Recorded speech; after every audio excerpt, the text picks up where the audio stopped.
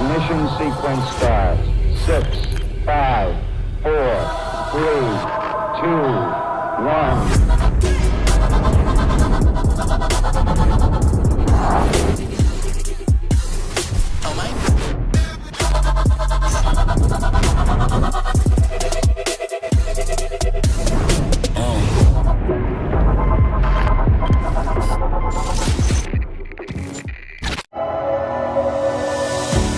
We know what it takes to achieve a dream. Dedication, courage, determination, control, desire. And our goal is to channel that energy.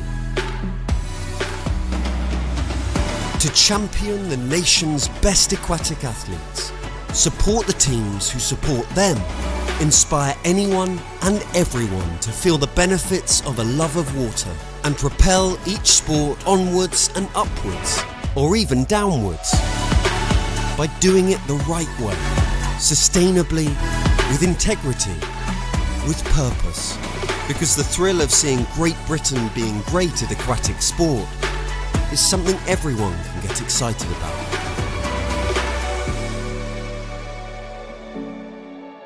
We are Aquatics GB.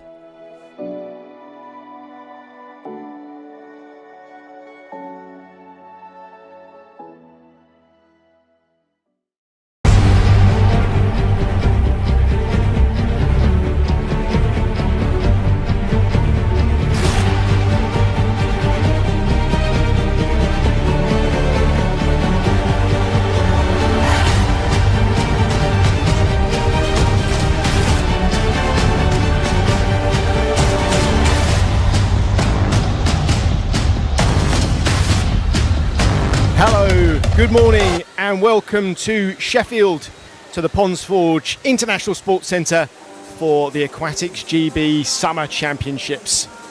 Huge event this, of course, the premier age group competition in Britain, the benchmark meet of the season for swimmers from Scotland, England and Wales. We are going to have some high quality races over the next 7 days. It's a major international championship format, great opportunity for everybody to pick up experience, and of course, coming to the end of the season, a chance to peak at the right time and learn about providing and producing best performances of the year when it really matters. And of course, it's a great chance to celebrate British swimming too, bringing together all of the swimmers. But let's not forget about all of the people around the swimmers' performances. The coaches will be celebrating their achievements over the last year at this meet. Officials and parents as well, of course, families supporting the swimmers all the way through as they go through their training to get ready for events like this. We have two events today, split across two sessions, and the morning session will be the men's 1500 metres freestyle. The women's 1500 metres freestyle will be in the afternoon session, and it is heat declared winners. So swimmers only have to swim their race once in the 1500 metres freestyle, and the medals will be awarded based on their performances in the heats. So that's our schedule for today. You can see the yellow lane lines there. That's where the fastest swimmers in each heat will be positioned.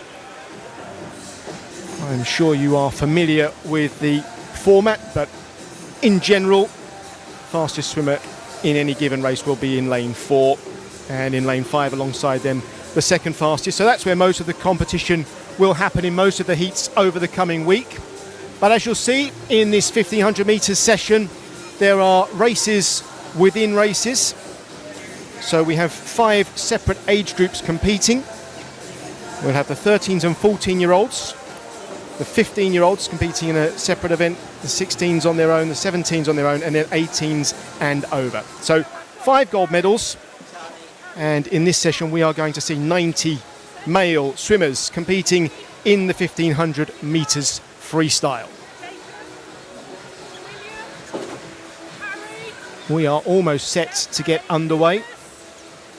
The swimmers in the first heat will all be in the 13 and 14-year-old category, but I'll explain more about that as we go along.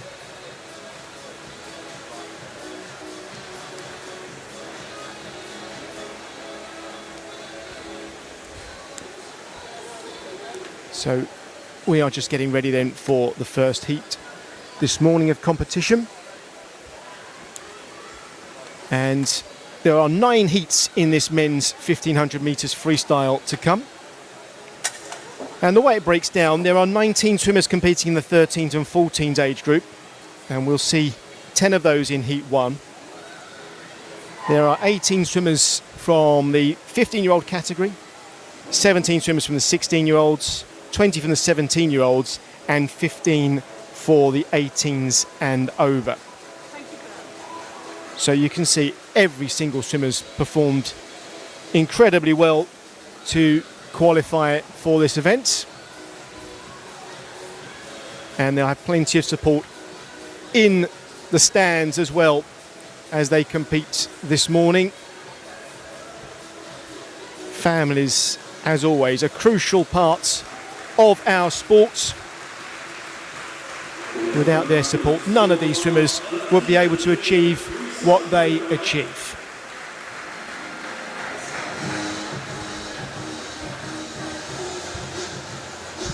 Swimmers have just made their way onto poolside then for heat number 1. 9 of the 10 swimmers in this heat are 14-year-olds. And in lane 9, in the red cap at the top of your screen there, is Harry Osborne, who is just 13 years old. So this is the lineup. Patrick O'Hara of the City of Leeds, Charlie Morgan of Teddington, Lucas Christie from Kingston upon Hull, Harry Whitfield from Northumberland and Durham, William Oxley from City of Leicester, Jacob Bacon from the City of Peterborough, Nikolai Sisnett from the City of Glasgow, Henry Gillam of Camden Swiss Cottage, Seth Wirrsinger of Barnet Copton, Harry Osborne of City of Sheffield.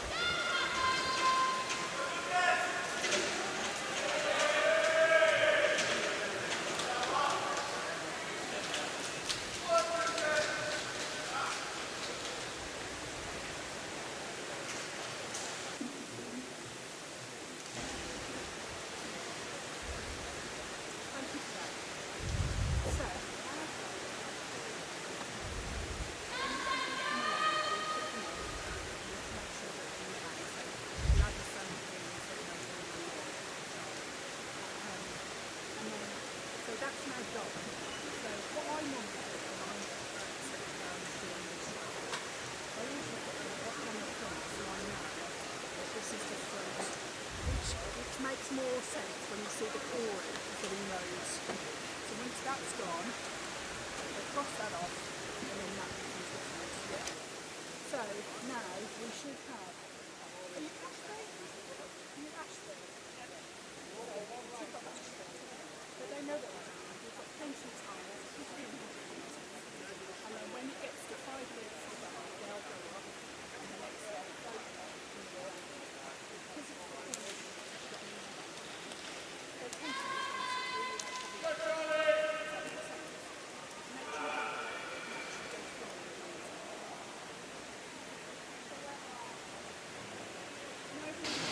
Well, the swimmers have just been told to relax for a moment, so we're not quite ready to get heat number 1 underway.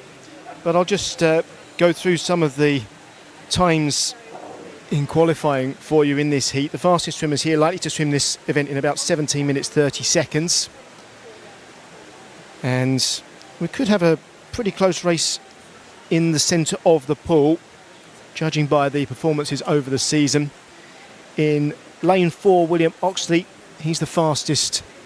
He's posted the fastest time this season. And alongside him in lane 5, Jacob Bacon, well, his best time is only 2 seconds slower. And Harry Whitfield in lane 3, also just 2 seconds slower with his best time this season than William Oxley.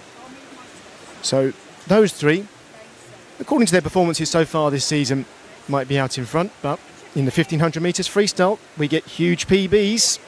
So every single swimmer in this race is somebody to keep an eye on.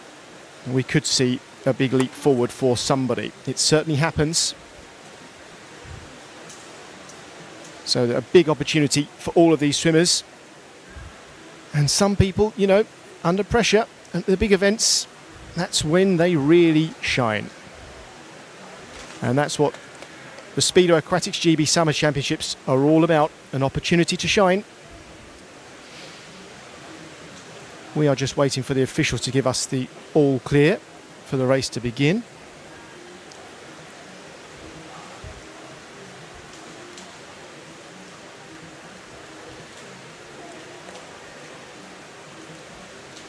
And I think we are there.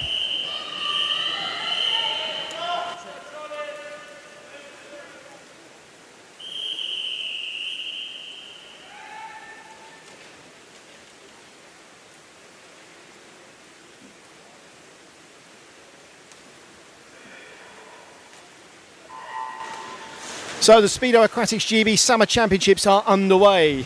Heat 1 of the men's 1500 metres freestyle.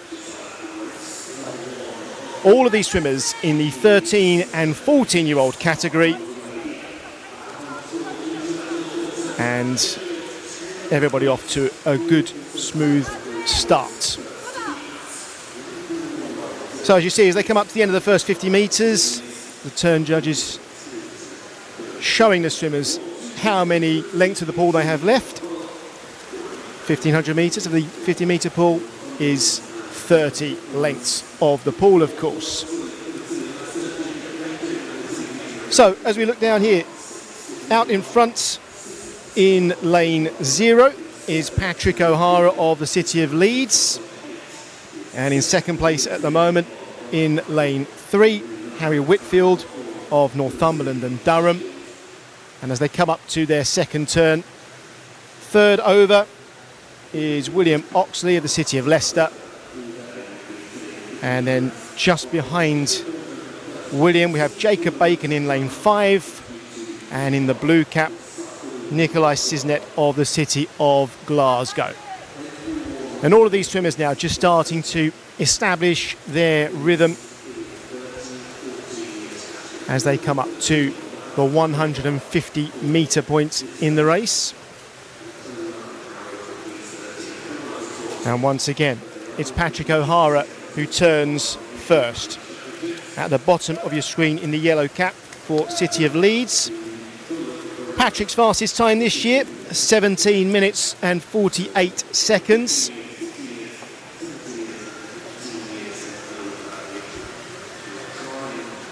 And Patrick is certainly keeping his rhythm going at the moment. As you can probably see, Patrick using his legs a little more than the swimmers in the middle of the pool.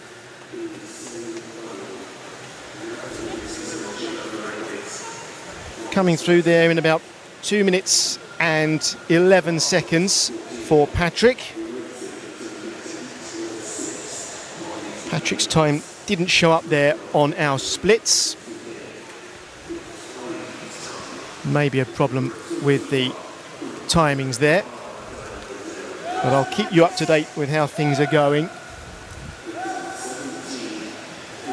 This is almost a 5 metre lead now for Patrick as he turns 2:45.59 there at 250 metres.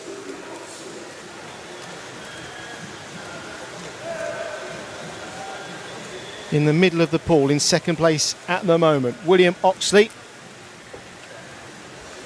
And in third, Harry Whitfield.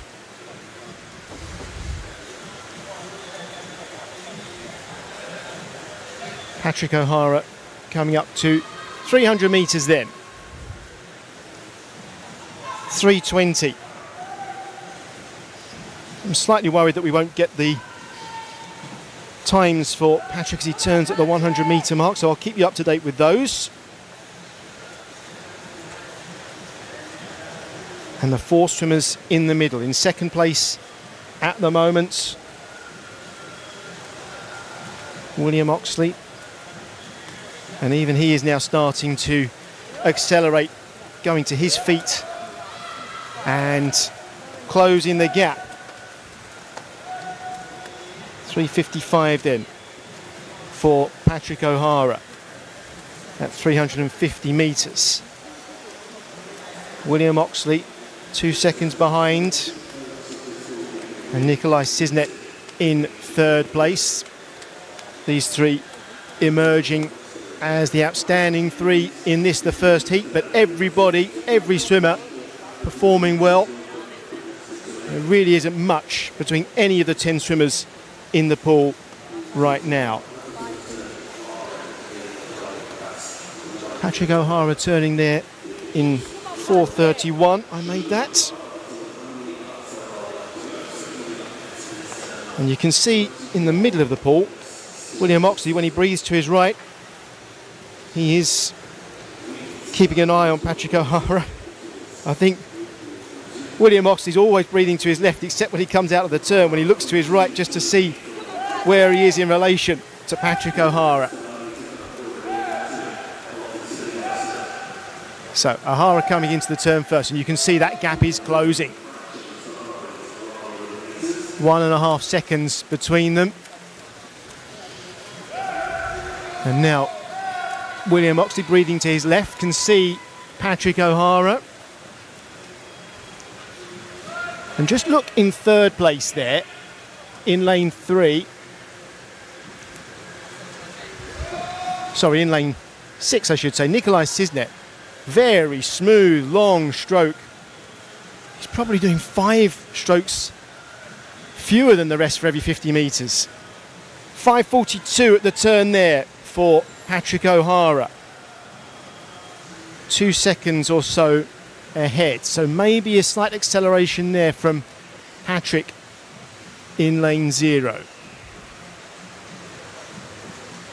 You can see that the rate of William Oxley's stroke has increased, but look at the difference between second and third place in the stroke rate. Nikolai Siznet may be saving himself for later in the race. There may be a burst still to come from him in lane 5. 550 metres gone. Just over a second now, the gap between O'Hara and Oxley. And it looks like that gap is closing now. So Patrick O'Hara with that fast start, and now trying to hold on to that rhythm. Everybody's swimming really well here. Over goes O'Hara. I make that 6:53.8 or so. So the gap may be down to about 0.8 of a second. If things carry on like this, then we might soon see William Oxley drawing level. 3 different styles here in the first 3 swimmers, so clearly. O'Hara with the fast start, and then in the middle, Oxley. Long way up with that turn, Oxley. Perhaps wants to get a bit closer to the wall. And then Nikolai Siznet off the wall with those butterfly kicks, and he's, I think, moved up into second place. Very impressive from Siznet. The dolphin kick underwater, keeping him in contention. And I really feel like Siznet has got something in the tank for later in this race. Very smooth swimming from him.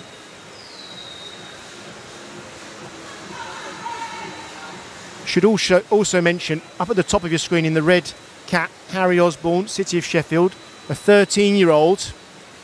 So he's the youngest swimmer in this race. And he turned there in 8:10. Everybody in this race is in the 13-14 age group, so they are all in the same competition. But Harry Osborne at the top there is 1 year younger than the rest of the competitors. So we come up to the halfway point. Still, it's Patrick O'Hara out in front, with William Oxley in second and Nikolai Siznet turning third. And Patrick O'Hara is moving away, but Nikolai Siznet again with a great turn. And he is now into second place. Just look at that. Siznet was in third place at the turn, but he's come off that turn, and I think there may have even been a change of gear at halfway for him there, because he's moved into second place. I there is a change of gear, it's almost imperceptible because it's such a smooth long stroke from Cisnett. He's going to turn in second here. And again, the huge glide off the turn.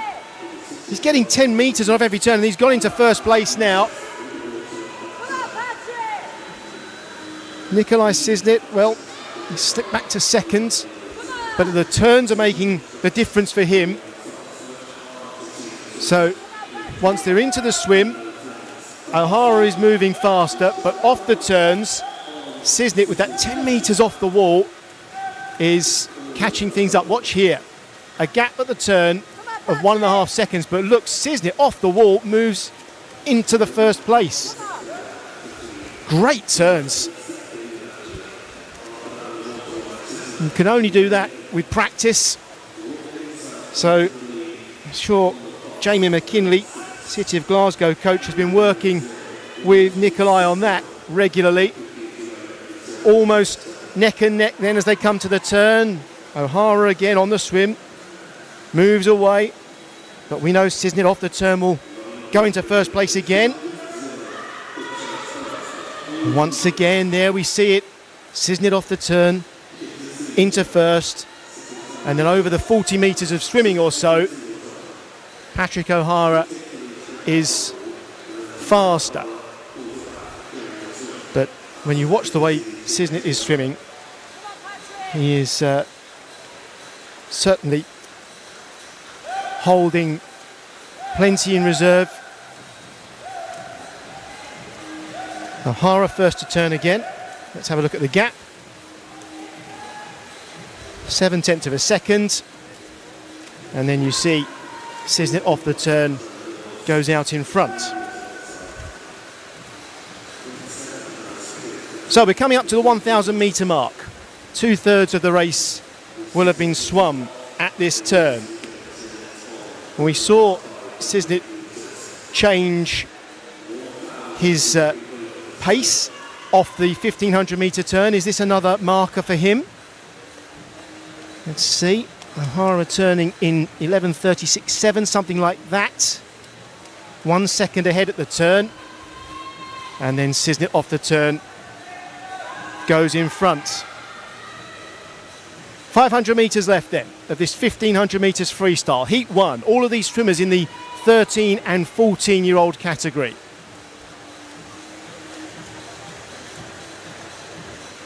Hugely impressive performances from everybody in here. I know you can't see every swimmer on screen at the moment, but there is only 20 metres between everybody. And it's such a great opportunity in the 1,500 metres freestyle to swim alongside swimmers of a similar pace. And I think we're seeing some of these swimmers really stepping up their performance in this level of competition.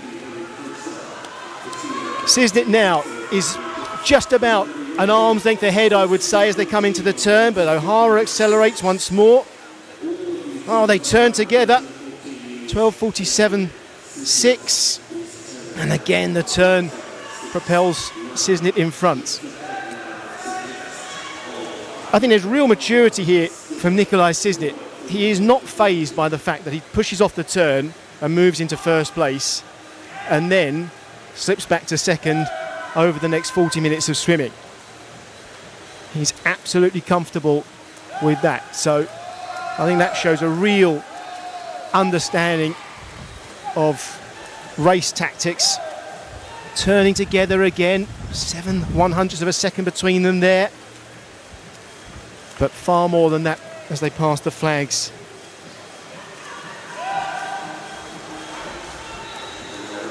Nikolai Cisnett then into first place for the first time in this race, really. I think he's going to turn first at 1,200 metres for the first time. No, Patrick O'Hara's accelerated. He's going to actually get to the turn first.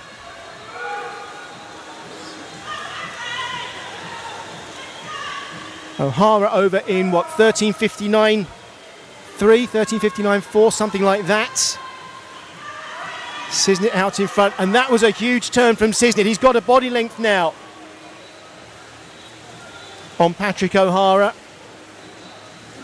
We have got 300 metres to go. Well, less than that. 2:75. And Cisnet out in front.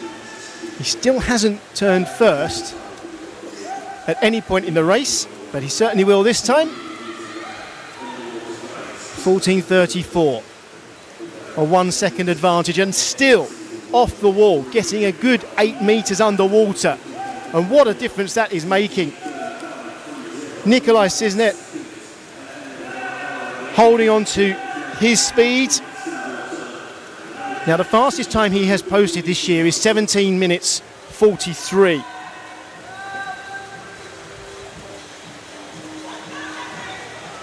And as we come to the turn here, we have 200 metres to go. 15:09. Well, this is going to be a PB for Nikolai Cisnet, no doubt about that. It'll be a PB as well for Patrick O'Hara. Everybody in this race will be hoping to swim their fastest of the season, of course.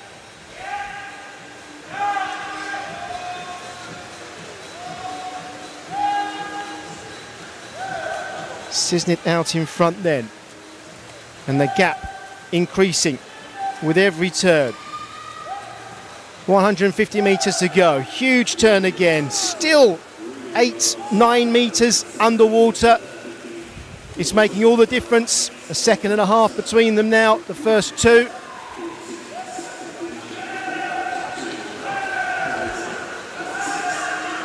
The field's starting to spread out now.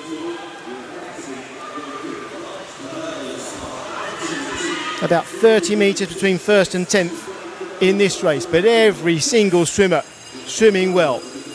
100 metres to go then. Cisnet over first. 16:19 at the turn. His fastest time this season, 17:43.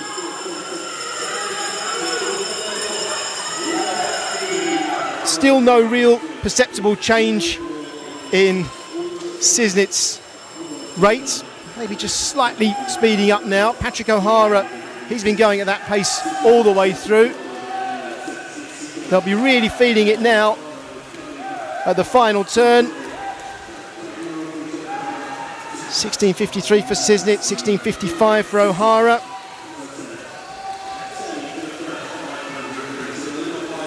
So Nikolai Cisnet, City of Glasgow, is going to come home first in the first heat of the men's 1500 metres freestyle, followed by Patrick O'Hara.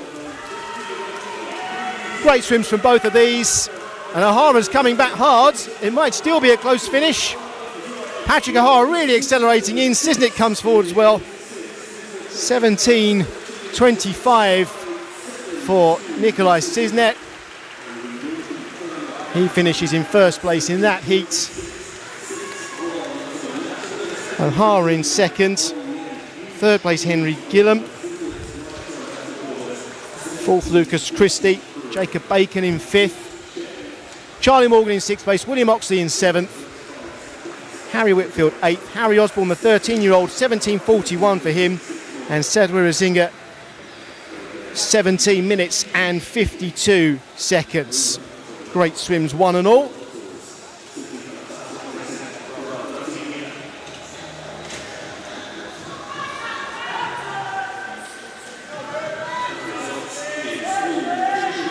So the results confirm. Nikolai Cisnet in first place, 17:25, 7.2. Patrick O'Hara with 17 minutes and 26 seconds. Huge season's best for both of those swimmers.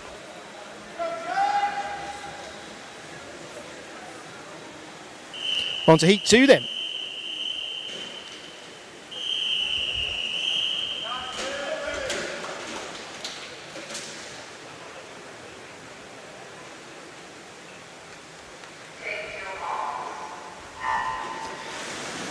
In heat two then, we have two separate age groups competing. We've got three 14-year-old swimmers in this race, and they are in lanes 4, 6 and 9.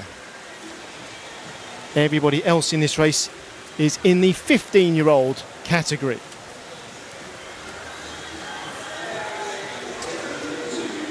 So I'll keep you posted with what that means for everybody as they go over at 50 metres pretty much together. Certainly 8 of the swimmers turned together there. In lane 0 at the bottom of your screen, we have Will Hewitt from Middlesbrough. In lane 1, Arthur Owens from City of Leeds. Lane 2, Connor Aspinall from East Lothian. Lane 3, Thomas Swales of Nova Centurion. In lane 4, it's Delana Satavicius of Nuneaton and Bedworth. Lane 5, Patrick Harriman from Satellite of Macclesfield. In lane 6, Zach Bourne-Whittington of Kingston upon Hull. In lane 7, Thomas Sterry from Tigers in Jersey. In lane 8, George Bortlock of Millfield. And in lane 9, at the top of the screen, it's Ashby Edmonds of Plymouth Leander. It's Ashby Edmonds who is in first place as they come up to their third turn. Edmonds over first.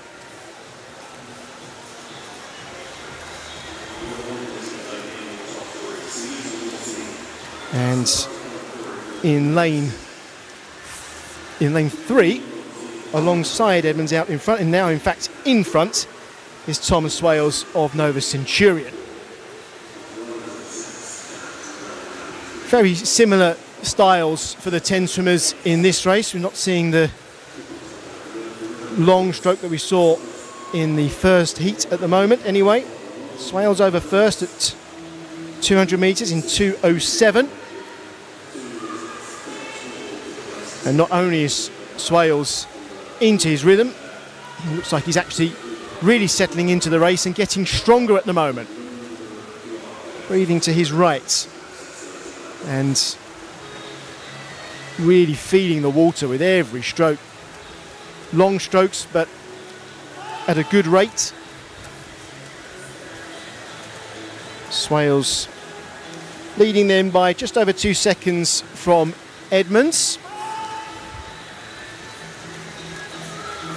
So let me remind you that in lane 4, lane 6 and lane 9 we have the 3 13 and 14-year-olds. After this heat there are still 5 more 14-year-olds to swim. So those 3 swimmers will be looking to set the standard, and of course they are competing with the time that was set in heat 1 by Nikolai Sisnets, and the other 7 swimmers in the 15-year-old category. So 2 races really taking place at the same time here in this heat.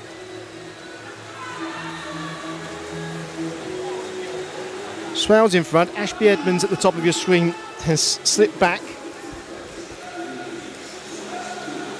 Swales with a very healthy lead, 4.5 metres maybe. 3.5 seconds ahead of Zach Bourne-Whittington. And in third place there, Daniela Satavicius is the fastest of the 14-year-olds.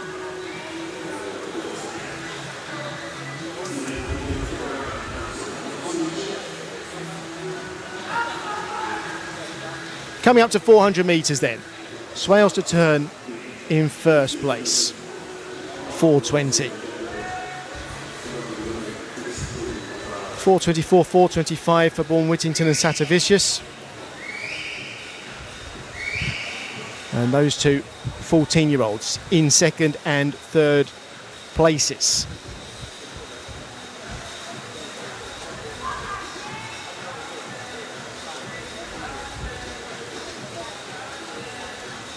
So we're looking at the fastest swimmers in both the 13, 14 and 15-year-old age groups at the moment.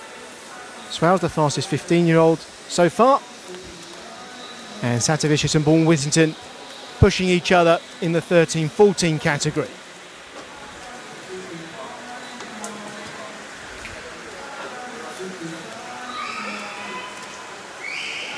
Swales into that really good rhythm. Slightly slower stroke rate, I would say, than Bourne Whittington and Satavicius. And Swales is certainly pulling away from those two. Nearly 4 seconds ahead of Satavicius, and Satavicius actually now is increasing his stroke rate. And I think trying to close that gap, working hard to try and use Swales as a marker.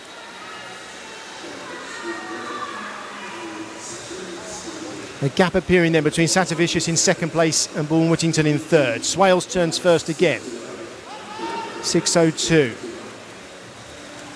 4 seconds between the first two. Now,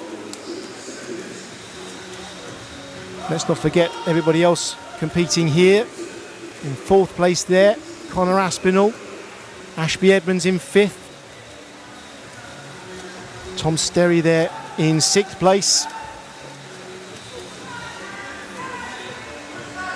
Tom Swales with a long hold out in front on every stroke. Big turns as well.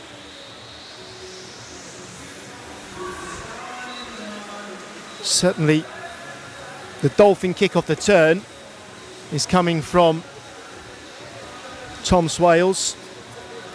And just as we saw in Heat 1, it can make a huge difference.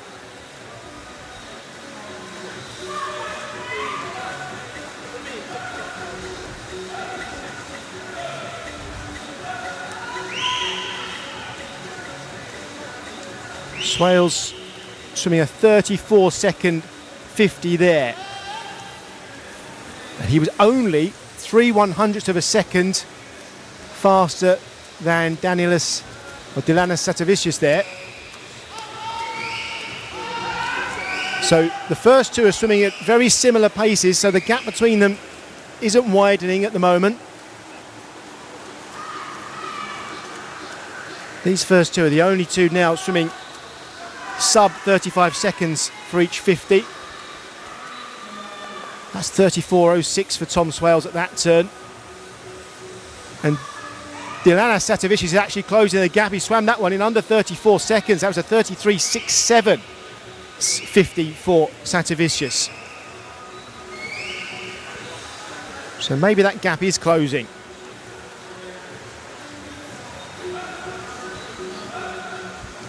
Higher stroke rate from Satavicius in lane 4. This is the halfway turn.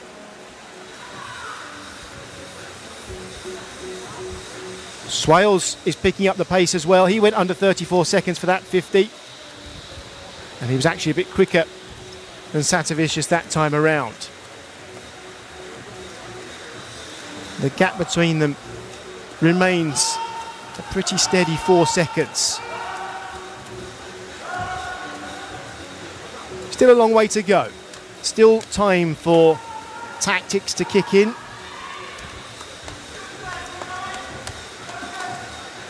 .800 metres.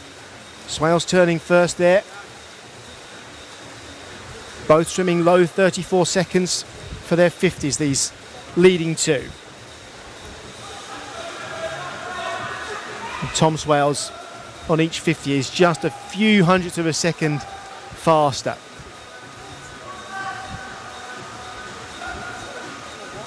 So I'll remind you, Swales is in the 15-year-old category. So he's the fastest 15-year-old we've seen so far. This is the first heat where we've seen 15-year-old swimmers. And Satavicius is swimming in the 13-14 category, where there are still 5 swimmers to come in the remaining heats.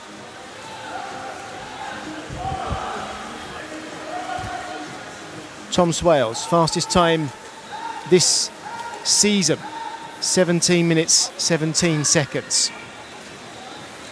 And Satavicius 17.16. Once again, Swales getting 5 metres underwater. He's got the bigger turns of these two. He's still getting a couple of dolphin kicks in. on every single turn. Zach Bourne-Whittington, by the way, has just swum a fast 50 in lane 6. He's got under 35 seconds. So he is actually picking up his pace. He's in 3rd place there in the white cap in lane 6.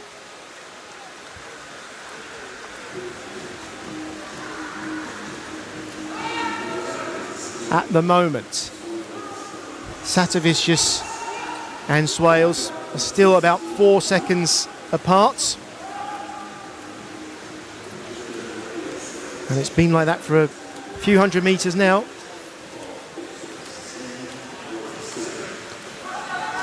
This is the 1,000 metre mark. 2/3 of the race swum.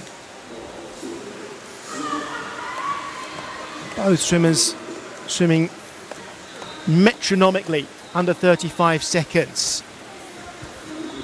Zach Bourne-Whittington is also going under 35 seconds in lane 6 at the top of our screens in the white cap.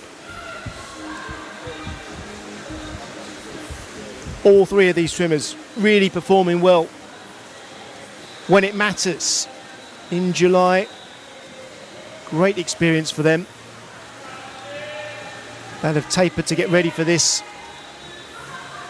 and they are reaping the benefits.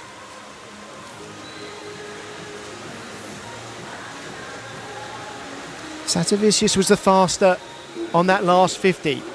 He's still swimming each 50 in about 34 seconds. Tom Swales actually on the last 50 slowed down slightly. He's gone for a longer stroke now, Swales. What's the gap now? Well, it's closing. Satavicius was 0.3 of a second quicker over the last 50. The gap now 2.5 seconds or so. I'd say Satavicius is kicking slightly harder than Swales right now, trying to get back on terms.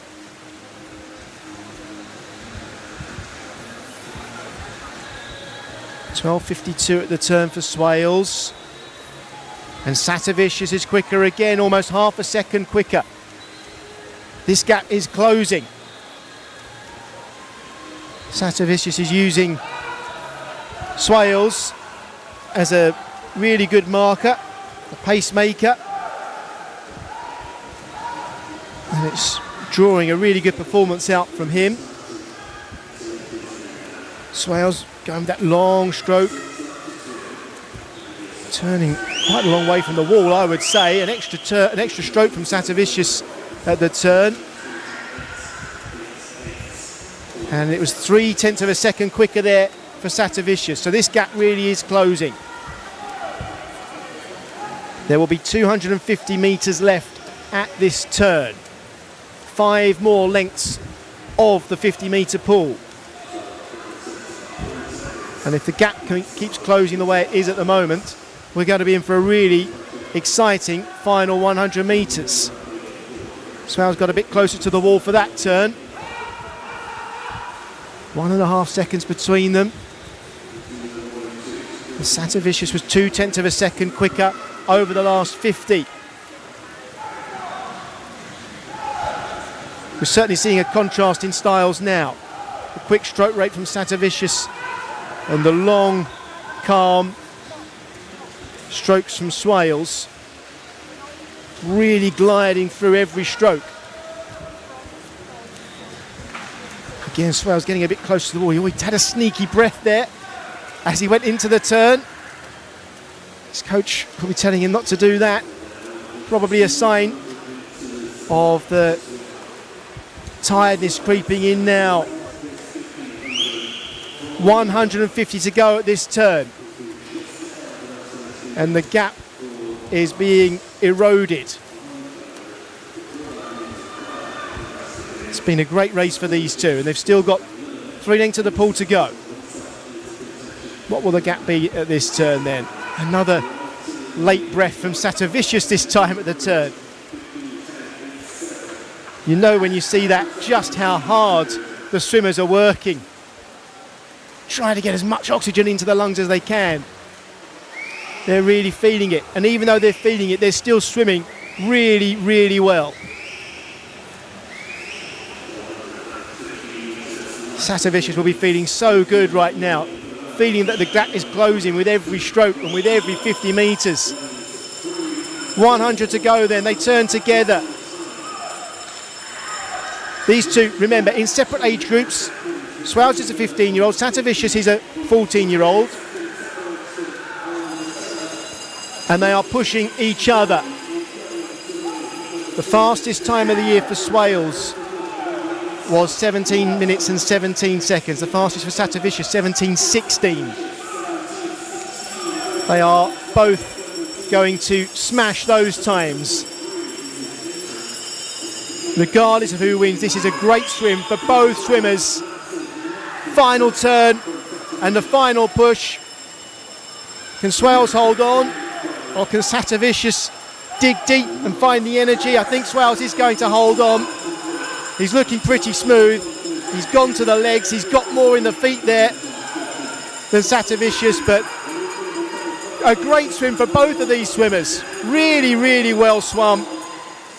17:16, 17:17, their fastest swims of the season. Look, they've beaten that by a good 30 seconds each. They both deserve a huge round of applause for that.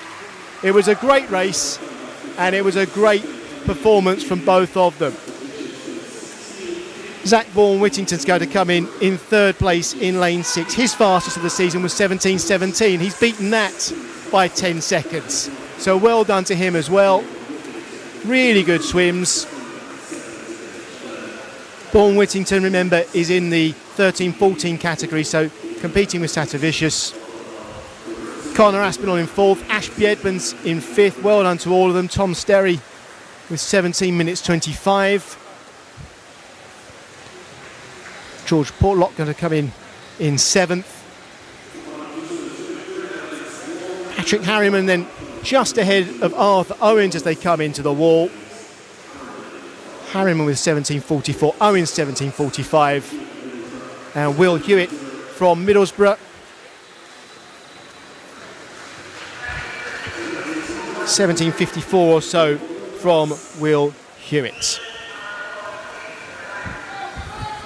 Well swum, especially Tom Swales and Dilana Satavicius, posting the fastest times then so far in their age groups.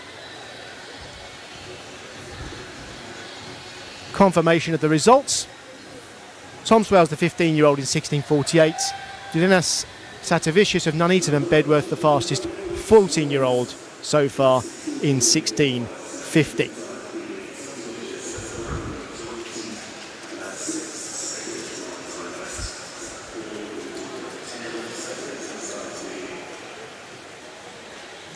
Coming up next then will be Heat 3. And in this heat we will have a mixture of 13, 14 and 15-year-olds, much like we did in Heat 2.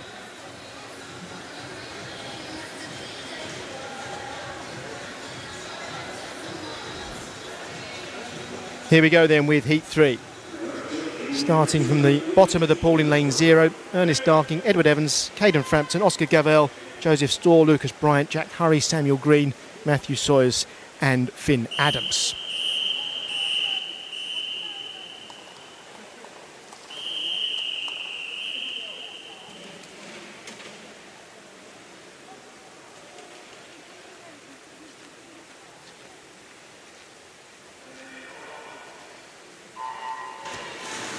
Heat 3 then, and in this heat we have two 13, 14-year-old swimmers.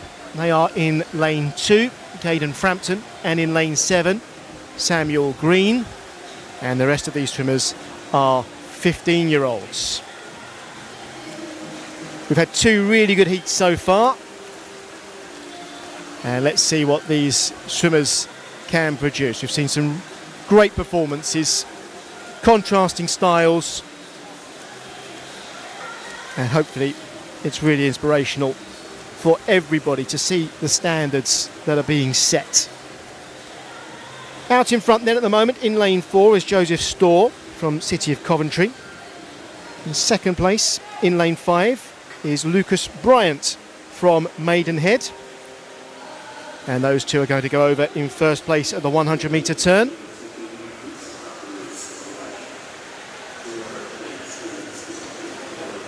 In third place then, Finn Adams in lane 9 at the top of the screen.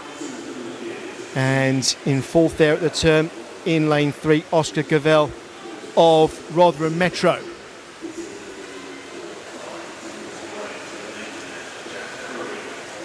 So those 4 swimmers moving out into the lead at the moment as the race settles down and they get into their rhythms.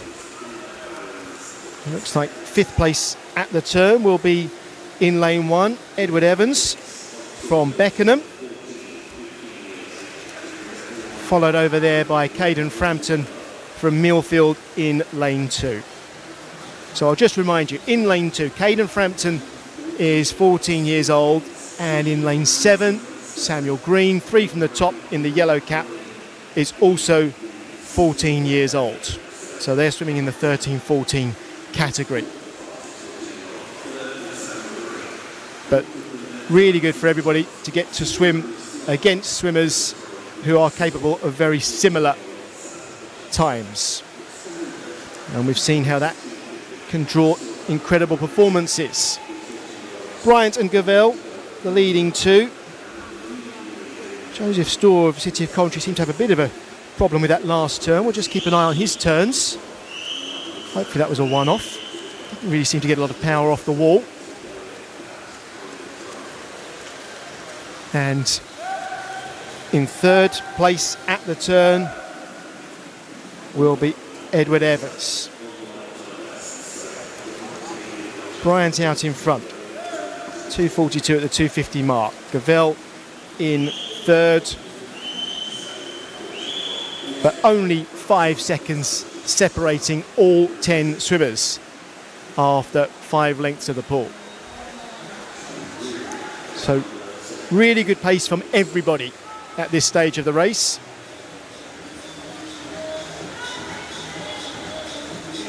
Lucas Bryant first at the 300 metre turn. And our leading swimmers here are both turning and swimming 50 metres in under 34 seconds. They're into their rhythms now.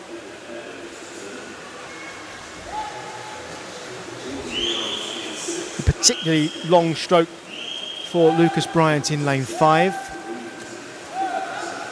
Not quite gliding in the way that we've seen a couple of swimmers do so far in this 1500 metres. It's catching the water a bit sooner than we've seen. And a big turn as well from Bryant. Those dolphin kicks underwater. It's faster to do the dolphin kicks than it is to swim. But when you've got 29 turns to do in a 1500 metres freestyle, how many times can you get 3 or 4 dolphin kicks off the wall?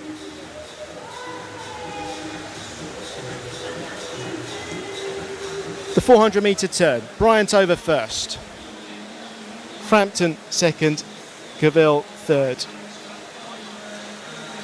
And all 10 swimmers still in contact here.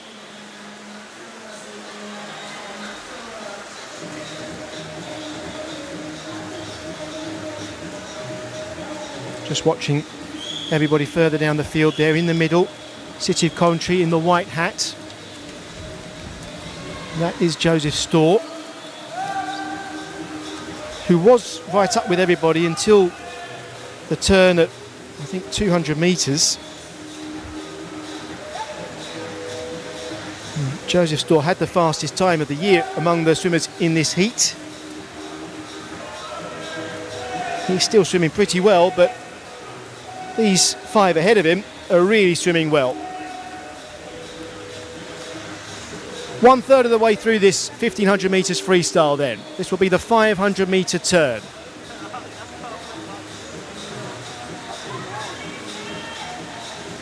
Bryant over first. He swam that 15:33.4 Caden Frampton, 33.7. Oscar Gavel, 33.8. So if you remember from the last heat when swimmers were swimming in 34 seconds, their 50s, you can see this is a slightly faster heat. So we'd expect the fastest time so far in both the 13, 40 and 15 categories to come in this heat. 6:03 for Bryant, 6:04 for Frampton. Still sub 34 second 50s for the fastest four.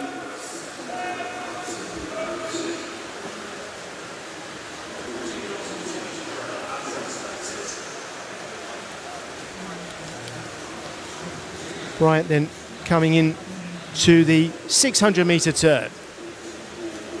Deep turn, deep push off the wall. What was that? 3 dolphin kicks, maybe 3.5 when he went into his flutter kick. Half a dolphin kick, half a flutter kick. And I tell you what, he's looking really good. There's a real momentum. Really using the feet at the moment, Lucas Bryant. And that's after 650 metres of freestyle. Again off the turn, 3 dolphin kicks. Caden Frampton managed 2, I think. And you know, those swimmers who are doing it, they are practicing that. Big turns, holding their breath, getting as many kicks off the wall as they can, holding that streamlined position.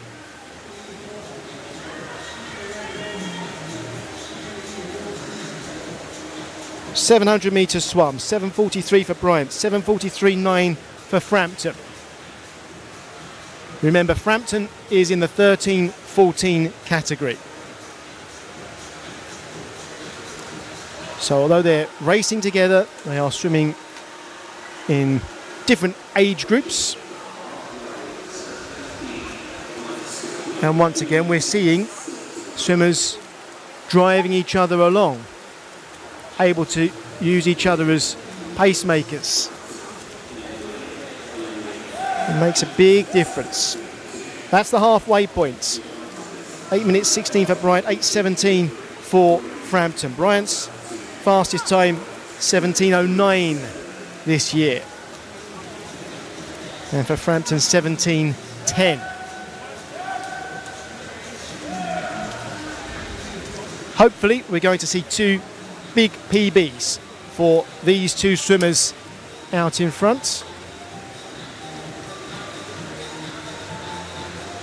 Bryant out there at 800 metres in 8:50. And you can see Bryant just slightly more powerful kick, I would say.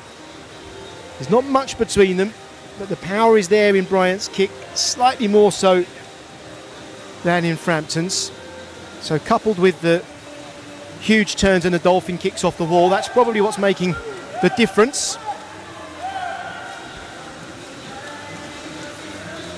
But you have to praise Caden Frampton, 1 year younger than Bryant. So both of these swimmers really swimming well. We've had 850 metres here.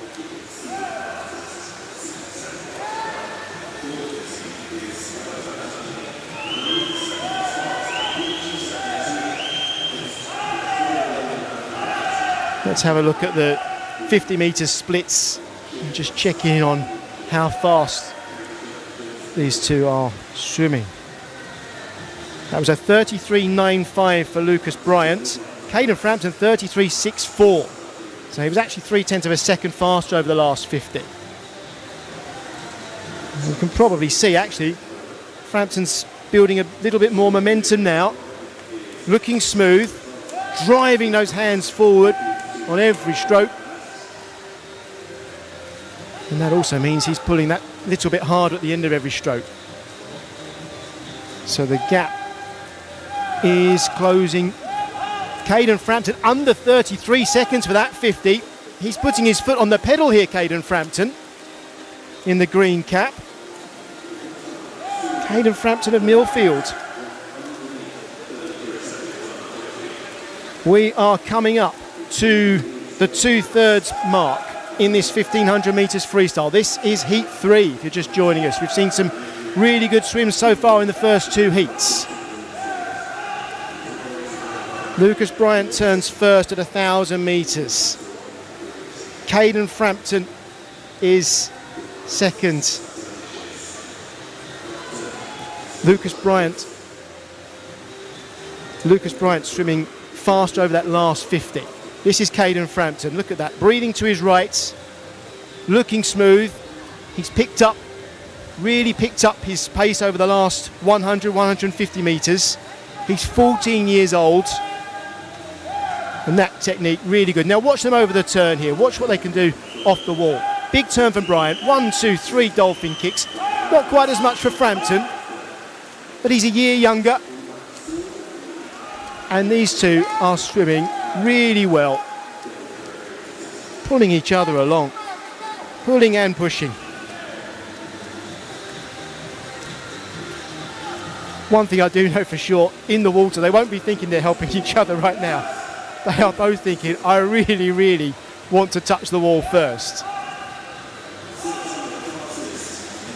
Okay, we've got 400 metres to go. 2 seconds between these two. Lucas Bryant is going slightly faster now. That was a 33.1. Caden Frampton 33.8. So Lucas Bryant has responded to Frampton closing the gap. It's amazing how you can perceive the gap is closing when you're in the pool. You really can measure it, so the swimmers will be well aware when they're getting closer or further apart.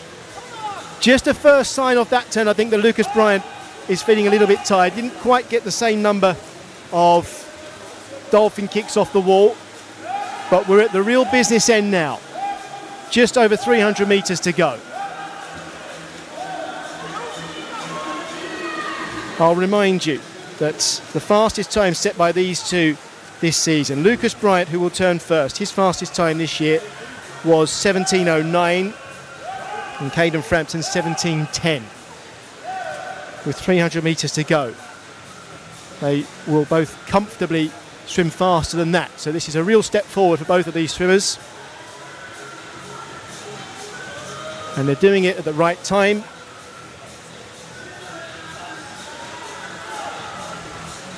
Peaking in July, that's what swimming's all about. Getting to the end of the season and delivering at the big championships. And these swimmers are all learning that by qualifying and taking part in these Aquatics GB Summer Championships. Lucas Bryant went sub 33 on that last 50. Caden Frampton about a second slower, so the gap is widening now. Lucas Bryant is putting his foot down. The end is in sight. There'll be 200 metres to go at this turn. And he's found a little bit more in reserve. Just a cheeky breath on the way into the turn. He's finding it difficult to hold on to those dolphin kicks now, but he's been so impressive for the first 2/3 or more of this race.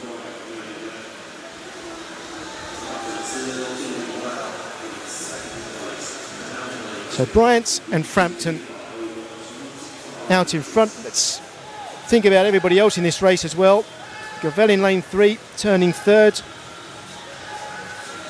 And Ed Evans in lane 1, 14.45. The dolphin kicks off the wall from Bryant, just getting a little bit shorter now. Long glide from Frampton there. 150 metres to go. 3 lengths of the pool.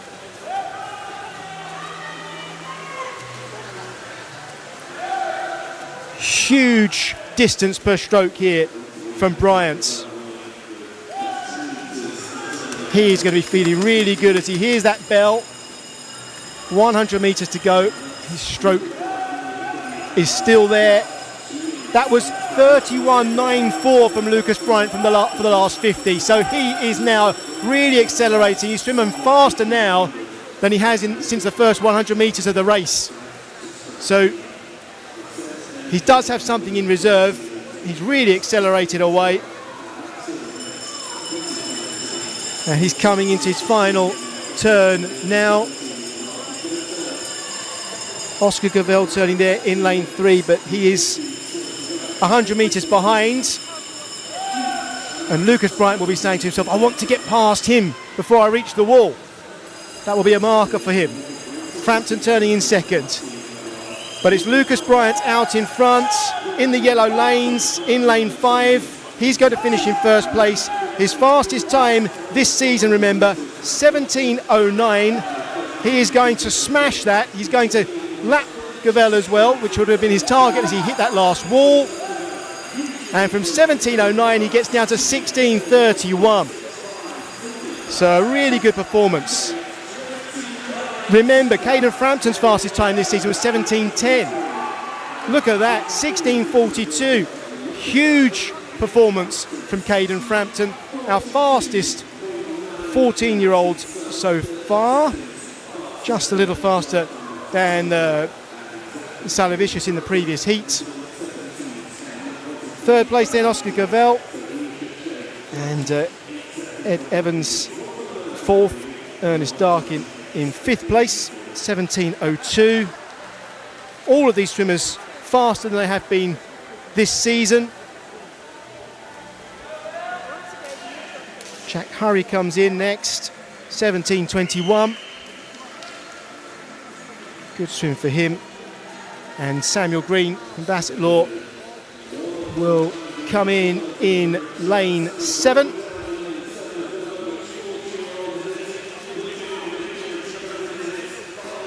As Samuel Green comes in there with a time of 17.42. Pretty much everybody in that race posting a faster time than they have this year. So well done to everybody who did that. Confirmation then of the result of Heat 3. Lucas Bryant in the 15-year-old category, 16.31. Caden Frampton, our fastest 14-year-old so far, in 16.42.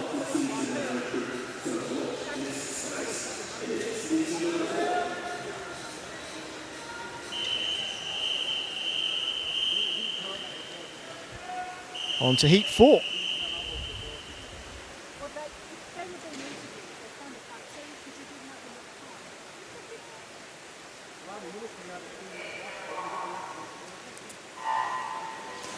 So our 10 swimmers in Heat 4 from the bottom of our screen. Leo Talbot of Bolton Metro is in lane 0. He's 14 years old. In lane 1, just above him, Yassin Selmani from Barnet Copthall. In lane 2, Josh Miles from Soundwell. Lane 3, Oliver Lawson, Portsmouth Northsea.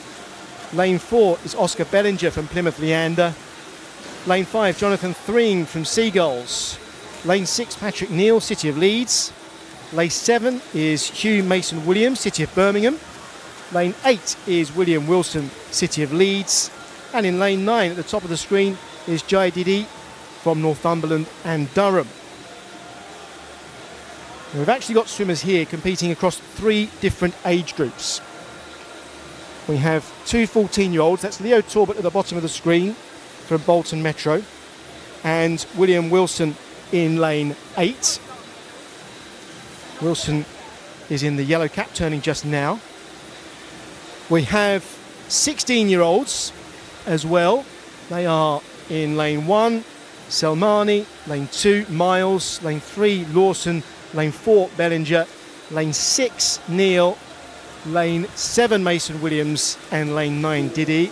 And we have one 17-year-old, that's Jonathan Thring in lane 5. He's the first 17-year-old we've had swimming in this 1500 metres freestyle for men so far today.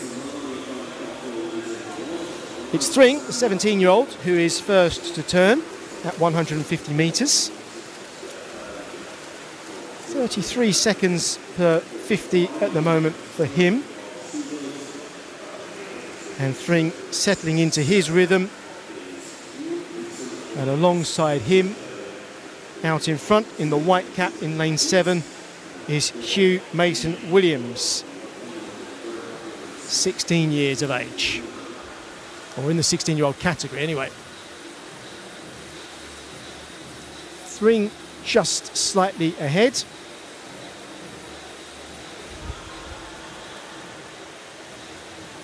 And then in third place at the moment, in lane 1, is Yassin Selmani from Barnet Copthall. Coming up to the 250-metre turn then, and everybody's settling into the race. First over, Mason Williams this time, just under 2 minutes 40.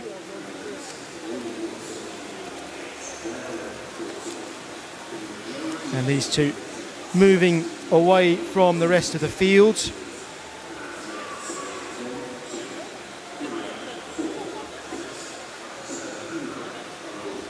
Everybody settling into the rhythm of their stroke. Not too heavy kicking so far. Maybe the heaviest kicking's in lane 3 at the moment as we come into the turn.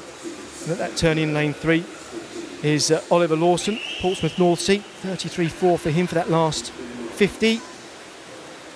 That was the fastest 50 from 250 to 300 there of any of those swimmers. So he is moving quicker than anybody else at the moment in the white cap in 3rd or 4th place. So he's really got his sights set on moving up into 3rd place right now. Mason Williams and Thring turning together. And Lawson in 3rd place there, just ahead of Selmani. So I'll remind you as things settle down that we have 3 separate age groups here. Jonathan Thring in lane 5 is in the 17-year-old category. And Hugh Mason Williams, who's going to turn first here, is in the 16-year-old category. We also have William Wilson and Leo Talbot from the 14-year-old category. And it's Talbot in 8th place in the heat at the moment, who is swimming the faster of those two. So we keep an eye on Leo Talbot in lane 0 at the bottom of the screen. Mason Williams will turn first then in the white cap in lane 3. That's 450 metres swum. Holding a good pace. Talbot in lane 0 at the top of the screen, you just saw him turn there.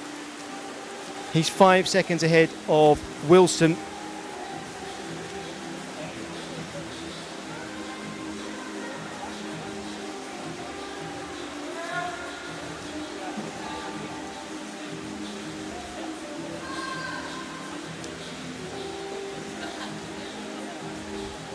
Thring turns first.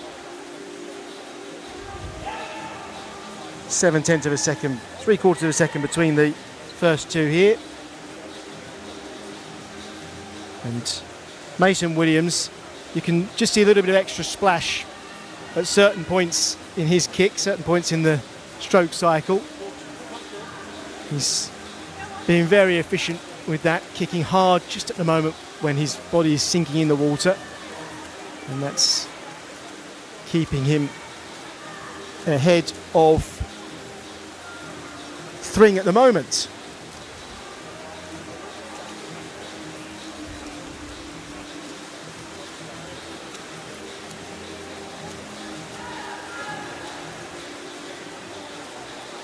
Good pace from everybody here, and I'll remind you of the fastest times these swimmers have posted this year. Mason Williams out in front, 17:05, so he'll be aiming to go sub 17 minutes today.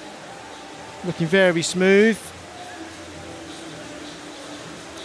Thring, his best time this year, 16:59, so he has been under 17 minutes. Now he'll be looking to go even quicker today. 600 metres swum, 900 to go.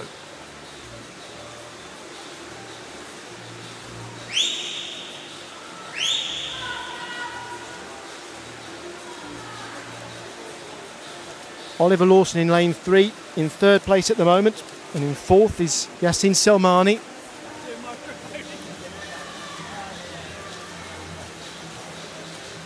Those 4 out in front, and then in 5th place there we have Patrick Neal from City of Leeds. 6th place in this heat at the moment, Oscar Bellinger in lane 4.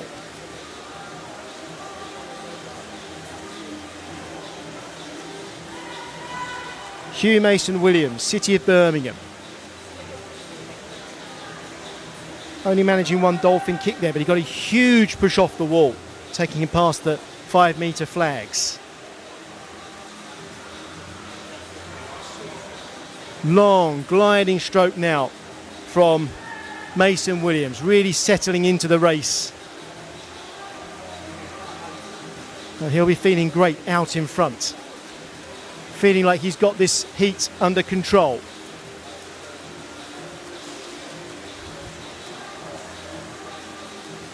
Big push off the wall, just managing to get 1 dolphin kick in. There are so many different ways to swim the 1500 metres freestyle. We see the different tactics.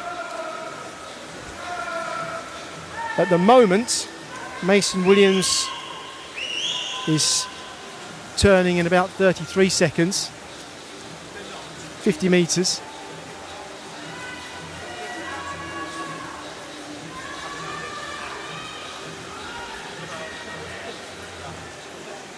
Mason-Williams, 33.2 for that 50 metres. Jonathan Thring, 34.0. Oliver Lawson's actually swimming half a second quicker than Thring per 50 at the moment. So Lawson right now is swimming really well in the white cap in 3rd place. And he might catch Thring at the next turn or 2. That's 850 metres. Mason-Williams turning there in 9:20. How close is it between Thring and Lawson? 5/100ths of a second. Lawson there under 34 seconds. And also in lane 1, Yasin Slimani, he's swimming even quicker than Lawson. So 3rd and 4th place now, putting their foot down. And unless Jonathan Thring has got a little more in the tank, I think he might be slipping back to 3rd or 4th in the next 100 or 200.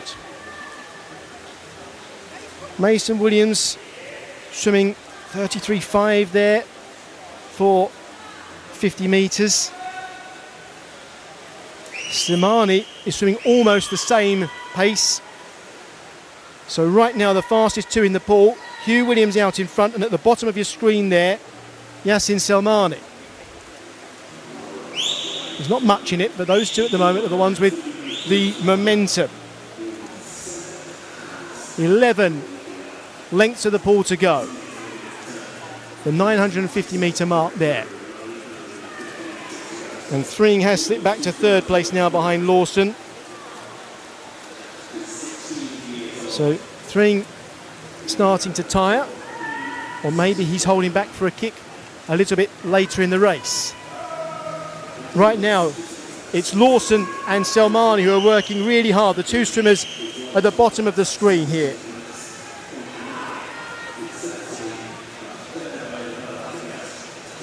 Mason-Williams, 33.2 for that 50.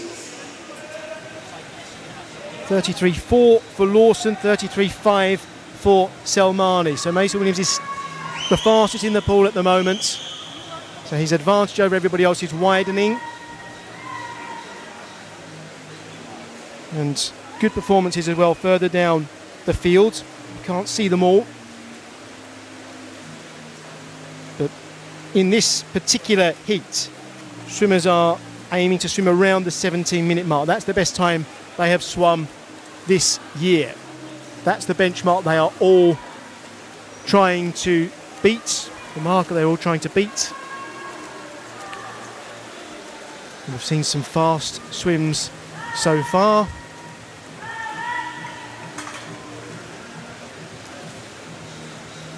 We've got 400 metres to go.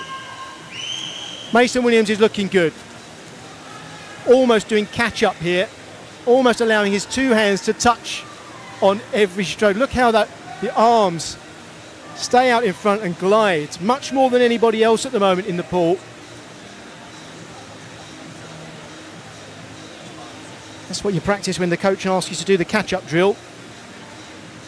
Keeping the body as long as possible. Selmani, who we can't see at the moment, a similar style. Let's concentrate for the moment on Mason Williams as he comes into that turn. Look at that long stroke, holding the glide with the hand out in front. Just one dolphin kick off the wall, but look, holding that glide on every stroke. And Selmani at the bottom of your screen, he's doing something similar.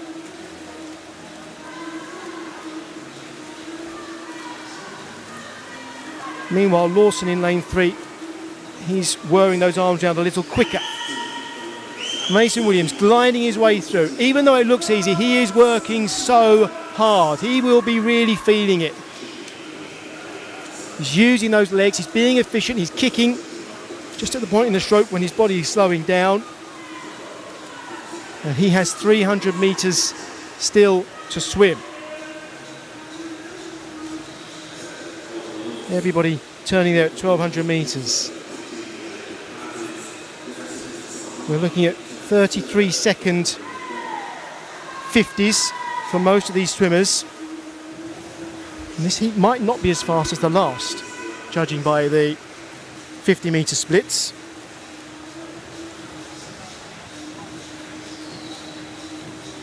Mason Williams swam that last 50 in 33.3.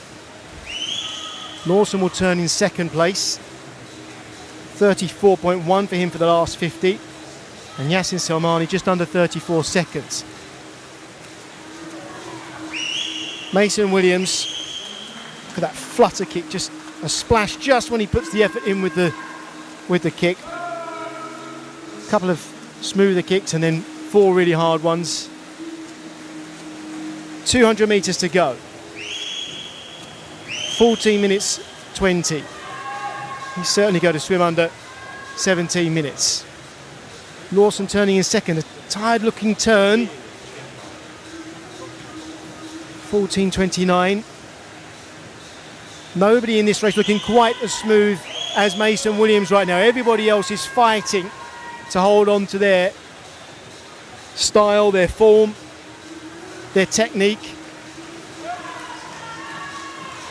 Mason Williams is managing that more than anybody else. 14.53 at that turn. Lawson in 15.03 at the turn. Selmani 15.04.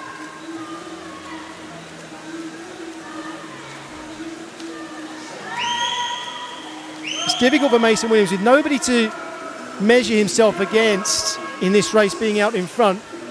It's difficult to tell whether there's any more in the tank. It's been way out in front for about 500 metres now. Slightly harder kick now for Mason Williams with 100 metres to go. The final turn at the finish end. And let's have a look at Mason Williams. You can see that he's kicking that little bit harder now with the end in sight. He's certainly going to finish in first place. His fastest time this year, 17 minutes and 5 seconds.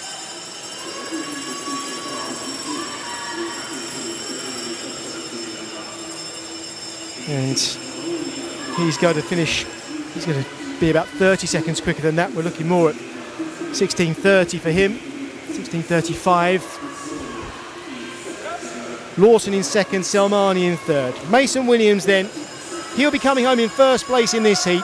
17.05 his fastest time this season. He's got 10 metres to go and he's certainly going to swim under 17.05. He won't quite get under 16.30. 16.30.3. Oliver Lawson's going to come in second place just ahead of Yasin Selmani. Just on the touch. Lawson by 3/100th of a second. In lane 5, Jonathan Thring, 16.49.4. Well swum by him.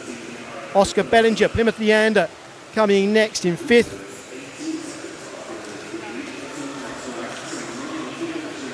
17.02 for Patrick Neal, 17.02 for Josh Miles, 17.05, 17.06 for Talbot and Wilson. Jai Didi will be coming in lane 9. So of these swimmers, Talbot at the bottom of your screen is 14 years old, remember. Wilson as well. So Talbot swimming faster in the 14-year-old category than Wilson. Our fastest 16-year-old, as we get confirmation of the results, of course, was Hugh Mason Williams and Jonathan Thring in 16:49 for our first 17-year-old swimmer in these 1500 metre freestyle for men heats. On to heat 5 then of the men's 1500 metres freestyle.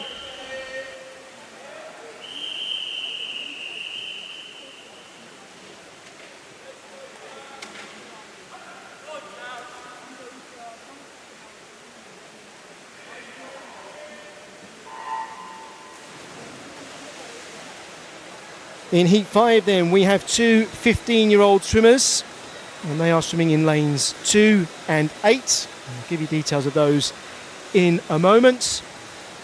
We have one 16-year-old as well in lane 5, and everybody else is in the 17-year-old category. Very fast start here in lane 5 from Jack Collins, who is one of our 16-year-olds. 27.6 for the first 50 metres. Determined to get himself out in front of the field. I'll run down the full lineup. We'll start at the top of the screen. Anton Supov of Maidenhead is in lane 9. In lane 8 is Dylan Madigan from the City of Liverpool. In lane 7, Rufus Parry from Wickham District. Lane 6 is Joseph Parsons, City of Cardiff. Lane 5, Jack Collins, City of Sheffield Swim Squad. Lane 4, Thomas Erdley, Richmond Dales. Lane 3 is Barnaby Ryder, Mount Kelly. Alongside him, teammate in lane 2 for Mount Kelly, Reuben Thomas. In lane 1 is Daniel Walker, Nova Centurion. And in lane 0 at the bottom of the screen, Ryan Wall, City of Cambridge. Collins will turn first. That was a 33.3, 6 seconds slower than his first 50. And he was obviously determined he would turn first. In second place there was Joseph Parsons, one of our 17-year-olds. Rufus Parry just above in the green hat for Wickham, and above them in the black hat is Dylan Madigan. And towards the bottom of your screen, in lane 2, Reuben Thomas is next in the white cap. Collins, Parsons, Parry, Madigan, then they turn in that order. And those four swimming in adjacent lanes are going to help each other through the early stages of this 1500 metres freestyle.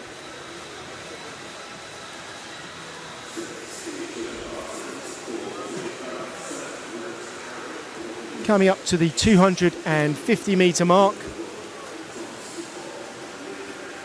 It's Parry who turns first, 2:39.5.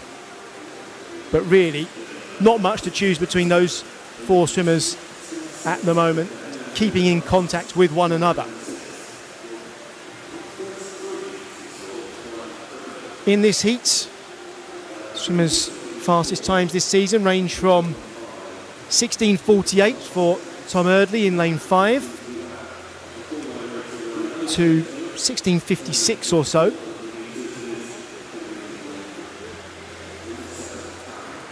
But as I always say, 1500 metres freestyle, we see huge PBs, huge leaps forward from one competition to another. So really, we judge each swimmer on their individual performance on the day and hope that everybody can deliver their absolute best when it matters at these championships. Parry's opening a nice lead now. Big push off the wall from Parry. We're not seeing the dolphin legs off the wall really from any of these swimmers that we saw earlier on in these heats. It's a similar method for pretty much everyone in here. Huge push off the wall and one dolphin kick before they get into the stroke.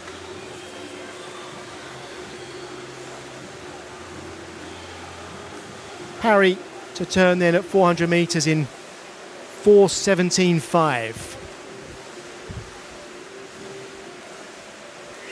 Big turns from everyone, holding that streamlined position, trying to hold on to the speed they get as they push off the wall.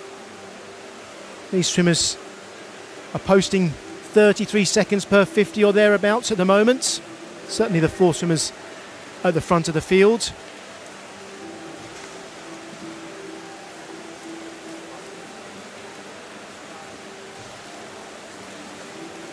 Parry there swimming that 15:33.2. Joseph Parsons actually swam that in 33.3. In fact, all of the first 4 went under 34 seconds for that 50. So even though Parry's got the lead, there isn't actually an enormous amount at the moment between them in terms of pace, these 4 swimmers out in front. And there's another race developing, isn't there, at the bottom of the screen between 4 swimmers there.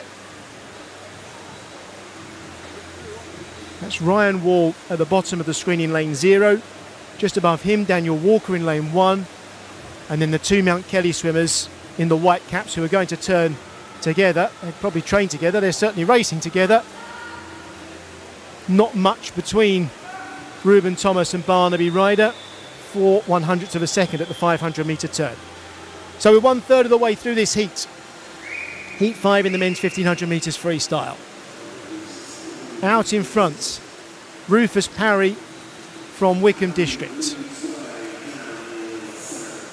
holding comfortable 33-second 50s. And he's just accelerating away now from the 3 behind him. A little quicker than those. He's going a little bit faster. They're going a little bit slower than they were 100 or 200 metres ago. Parry with that intermittent kick at the moment, kicking very hard at times. I think he breathed right and left going into the wall there, Parry. Just a sign that he needs to get some oxygen in the lungs, and he was aiming for a big turn. So I'll remind you that Reuben Thomas and Dylan Madigan in lanes 2 and 8 are 15-year-old swimmers. So at the moment, Madigan in the black hat at the top of our screen is our fastest 15-year-old in this race. So even though he's going to turn in 4th place, he's really racing against Reuben Thomas, who's just turning now. So the gap between those two, 8 seconds. So Madigan in the 15-year-old category is swimming out in front. As far as the 16-year-olds are concerned, well, Jack Collins in the red cap in lane 5 is 16, but so is Rufus Parry, who's out in front. Joseph Parsons turned in 2nd place. He is a 17-year-old. So in many ways, our leader in the green cap, Rufus Parry, and our 3rd place swimmer at the moment, Jack Collins, they are racing each other in the same age group.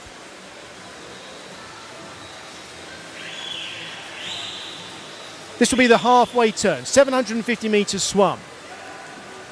Rufus Parry looking good as he goes over. 8:10 at the halfway stage. Followed by Parsons, Collins, Madigan, Walker, Wall. Ryder and Thomas. Further back, the 2 Mount Kelly swimmers still working together. Only 4 100ths between those two. Eardley in 9th place at the moment, Supov in 10th. That's 800 metres, 8:44 for Parry. And these three, Parsons, Collins and Madigan, are helping each other through. The fastest time this year for Rufus Parry is 16:55. And we can be confident he'll be swimming faster than that in this race.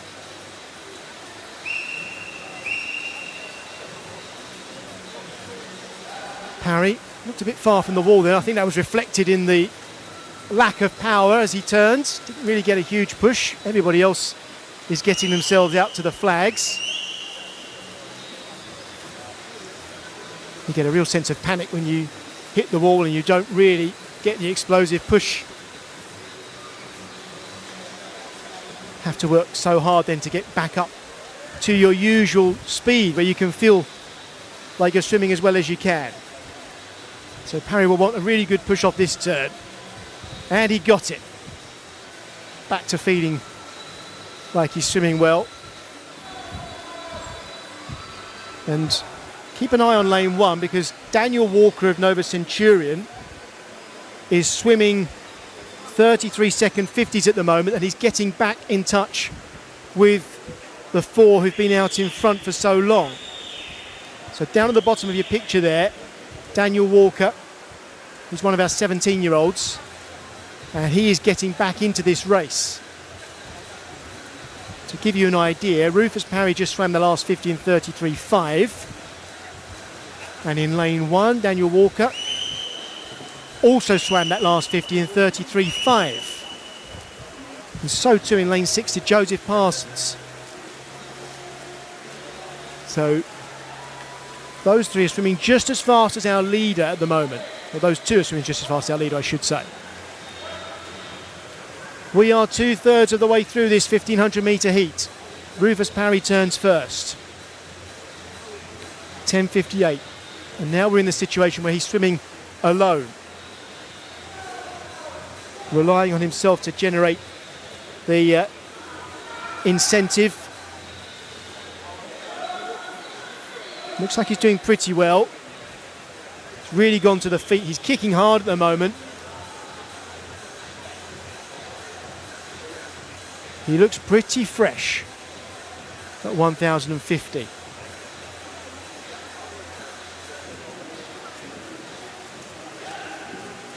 That was a 33.5 again for Rufus Parry for 50 metres. Jack Collins in lane 5 in the red cap. He's swimming just as fast per 50. Joseph Parsons in lane 6, not far off that pace either. Daniel Walker in lane 1 just slipping off the pace slightly at the moment. He's just slowed down a touch. But he's now in the top 4.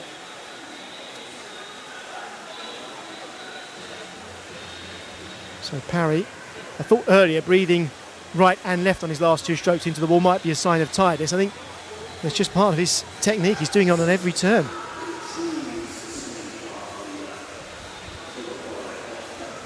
Breathing to the right all the way through the 50 metres of swimming, but just watch when he gets to the turn, Rufus Parry.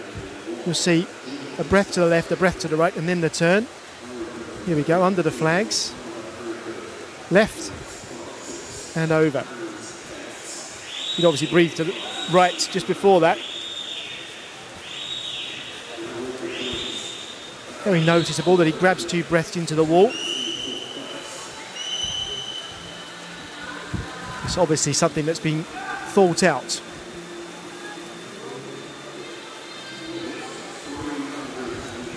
Coming up to the 1200 metre mark. Parry with a 6.5 second lead over the field. Left and right, over he goes. 2 breaths.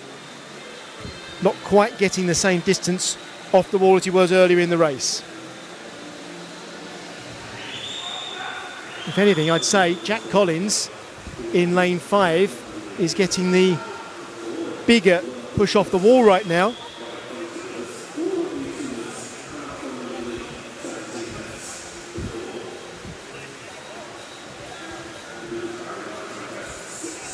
Five lengths of the 50 metre pool left. Just see the power just not quite there on the turns for Parry at the moment. Not quite as much as the other swimmers who are holding that streamline position and really getting a long glide. But you can't criticise a swimmer too much when they're out in front like this. 16:55, Parry's best of the season.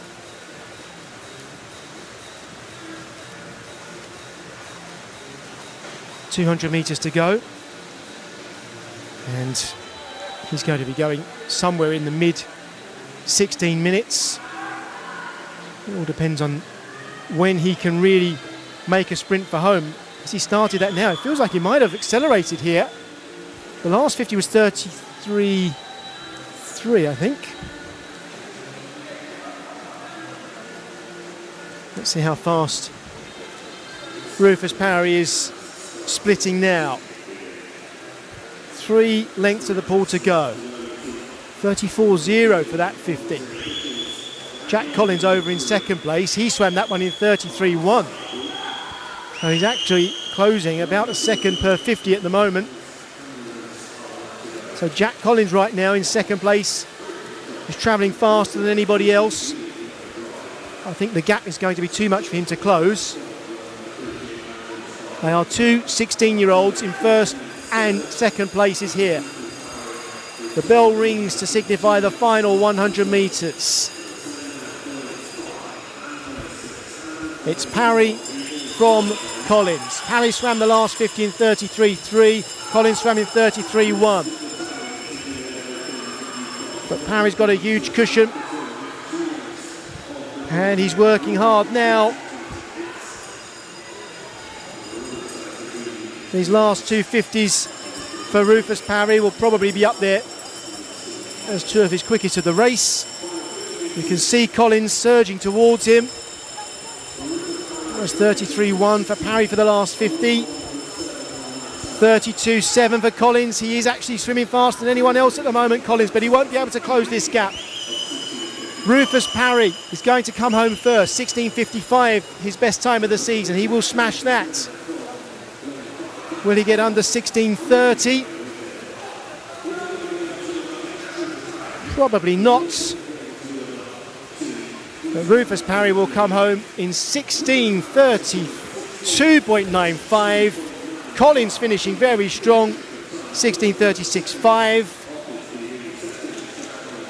Parsons coming in there, and Walker. It's actually Walker who got the touch in 16:43. Dylan Madigan 16:46. There's a sprint finish here between Barnaby Ryder and Reuben Thomas, the two Mount Kelly swimmers. And it's Ryder who touches first. They were side by side all the way through that race. Thomas Eardley coming in next for Richmond Dales in lane 4. Eardley with 17:15. And Anton Supov from Maidenhead in lane 9. He comes home in 17:24.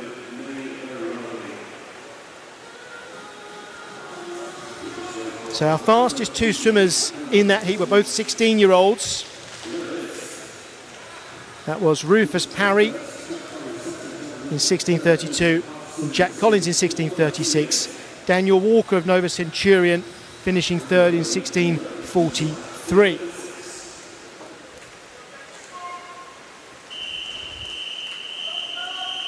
On to heat 6 of the men's 1500 metres freestyle.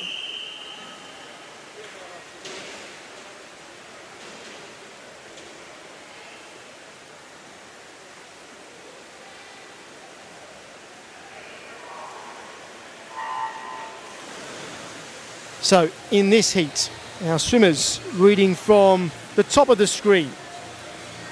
Daniel Payton of Northumberland and Durham. Oliver Greaves in lane 8 from Millfield. In lane 7 it's Joseph Ashley from City of Liverpool. In lane 6 from City of Liverpool, George Daintiff. In lane 5, a 14-year-old. This is Makar Yakno, the fastest 13, 14-year-old swimmer we expect. He is swimming for the gold medal in that age group. In lane 4 is James Page, City of Birmingham. Lane 3, Luke Moore, Leatherhead. Lane 2, Joseph Hall, City of Leeds. In lane 1, Kenechukwu Harris Eze, Barnet Copthall. And in lane 0, Jack Pritchard of Wigan Best. First to turn at 100 metres, Daniel Payton, sub 60, his first 100, followed by George Daintiff and Joseph Ashley. Second and third places, teammates from the city of Liverpool. And actually Daintiff now is looking like he may move himself into first place as the race settles into position. Now remember, in lane 4, probably turning in fourth place here, is Makar Yakno. He actually turned 5th, and he is swimming in the 13-14 year category. And most likely will finish in the gold medal position in that category. So even though Yakno is not at the forefront at the moment in this race, he could still come through. We will be keeping an eye on his performance because we're looking at the medals in that 13-14 category as well. The two City of Liverpool swimmers over first then. Daintiff and Ashley, followed by Payton. Yakno in fourth now. Page, Greaves, Moore, Harris Eze, Hall and Pritchard. And after 200 metres, just 7 seconds between the swimmers.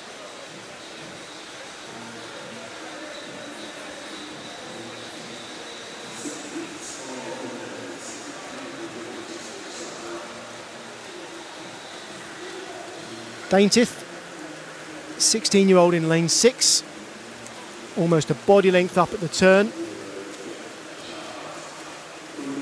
I'd say Daintiff there had the biggest turn of the leading 3. And in lane 8, Oliver Greaves also with great technique off the wall, really holding on to that streamlined position.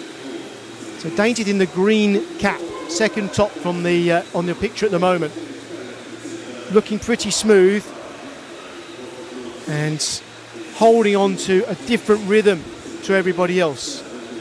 And watch the turns here.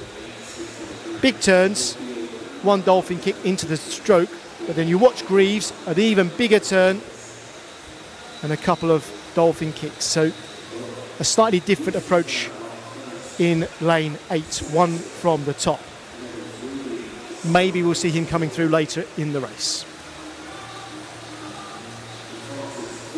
So Makar Yakno in the lower of the two yellow lanes, if you like, swimming in lane 4. He is 14 years of age, remember. At the moment he is in 5th place. He'll turn 5th or 6th, all depending on how they turn. He'll turn 6th actually. 4th according to the time pads. 3:45 for Yakno as we swim towards the 400 metre mark.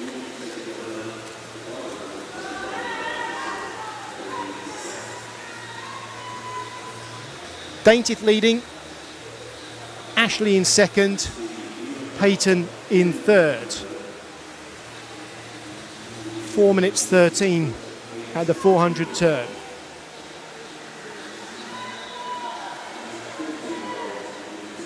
At the moment, we're swimming mostly 33.5 and above for 50 metres.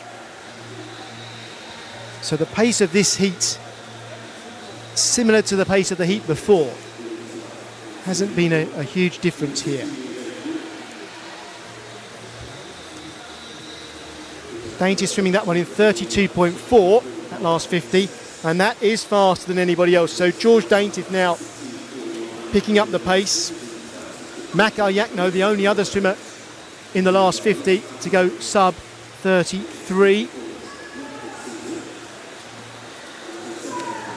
Yakno in lane 5. He's in 4th place right now.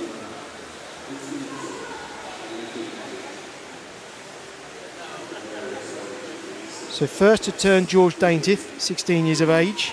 Second, Joseph Ashley, also 16 years of age. Third, Daniel Payton, a 15-year-old. And fourth, Makar Yakno, a 14-year-old.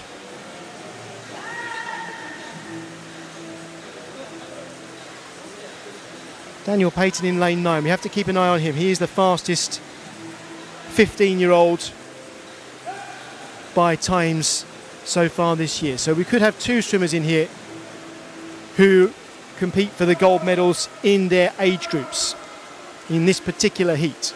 Payton turning now. Yakno just behind him. Payton in 5.55, Yakno in 5.58. So keep in mind that even though they are not out in front, those two are the fastest swimmers in their age groups. And they are swimming for their own gold medals, even if they don't finish in the first couple of places in this heat. Having said that, of course, Payton is in second place right now. Daintiff looking strong.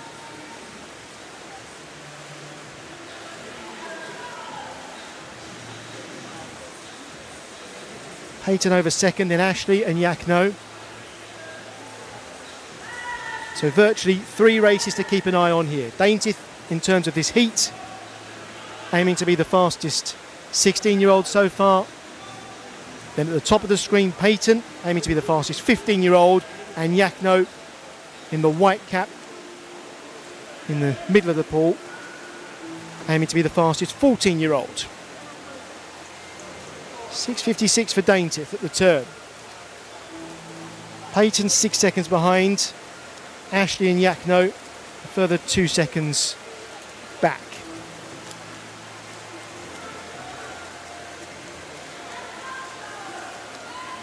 Daintiff into a really good rhythm now. The pace of his stroke very well established now. Payton with a similar kind of turnover, but look at Yakno. It's a longer stroke. And if anything, I would say he's closing the gap. Daintiff went 32.7 for the last 50. Payton 33.6 and Yakno 33.1. So Yakno in third place at the moment, may be about to move into second ahead of Payton. That's a competition to keep an eye on. Right now Yakno is swimming faster of the two, but the fastest swimmer in the pool at the moment is definitely Daintiff, and he just had a look to check that he's at the halfway point. That's why he raised his head there. He just wanted to check the lane marker that you see the turn judges holding. So at halfway, Daintiff out in front. 750 metres, well, 720 metres to go now for him. Into the second half of this heat. There are 3 heats to follow. Daintiff, big push, held the glide. Who's going to turn first here? Yakno or Payton? It's Yakno. Payton holding on to the glide a little bit longer, but Yakno's into a different phase of his race. He is picking up the pace. Yakno 33.2 for the last 50.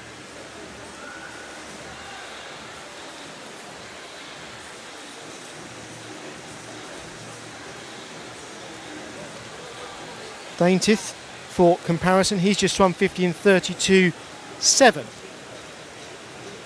So Daintiff is looking like the fastest swimmer we've seen so far, holding sub 33s.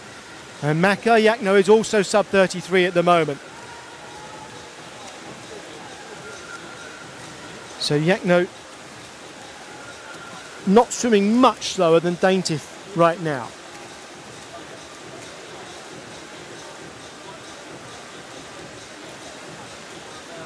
Daintiff into the wall first. 600 to go. 9.41. Yakno has left Payton now. And he'll be looking ahead, I think, to try and close the gap. Yakno still swimming sub 33.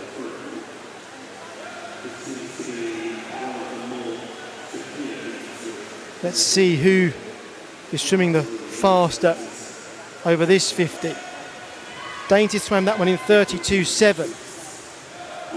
Yakno with a smooth looking stroke, checking the number of lengths left, 11 to go for him, and he turned that one in 32.7. 32.7 for the last 50 for Yakno.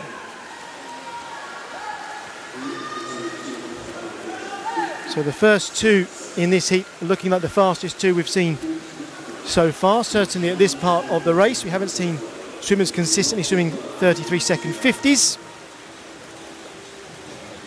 the way that these two are right now.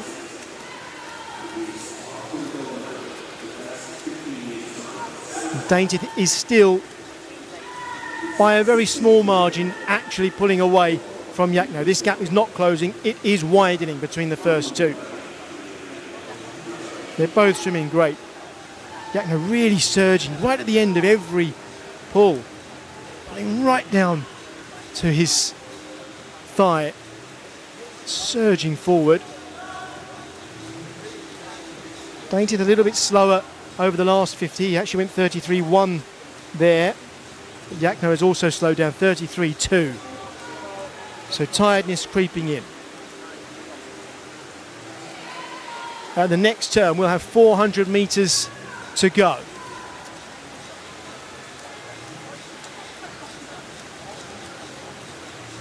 Dainty still looking strong. 11.53. He swam that last 50 under 33 seconds. So too did Yakno, who was slightly faster. I'd say actually these first two now are swimming at pretty much the same pace. So the gap between them remaining steady. Further down, we've got Peyton, our fastest 15-year-old, 12.06 at the turn there. Still going well.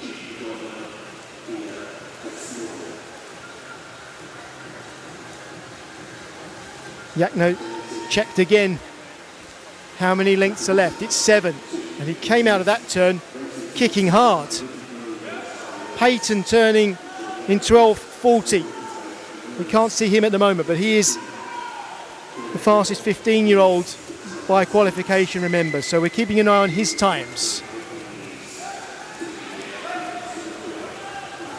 Daintith with 300 left, under 13 minutes for the turn. And he's actually getting a little bit quicker now. Yakno really kicked hard off the last wall. But that was only a 33.3 for him for the last 50. So Daintith is now moving away. The gap is widening now.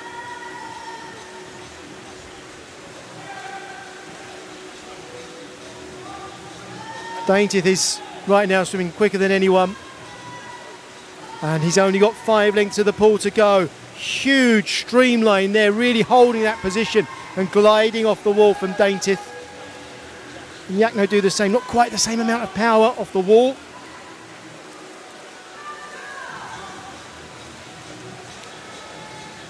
Yakno, remember, 14 years of age, so swimming in the 13-14 category. He is probably going to claim the gold medal for that category. 4 lengths to go. Daintith, 14.05.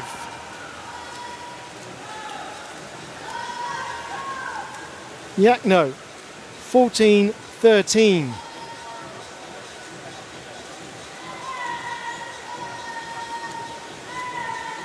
Both of these first two swimmers have swum a pretty steady race. Pretty consistent. Peyton, 14.23 in third place. Remember, probably fighting for the gold medal in the 15-year-old category.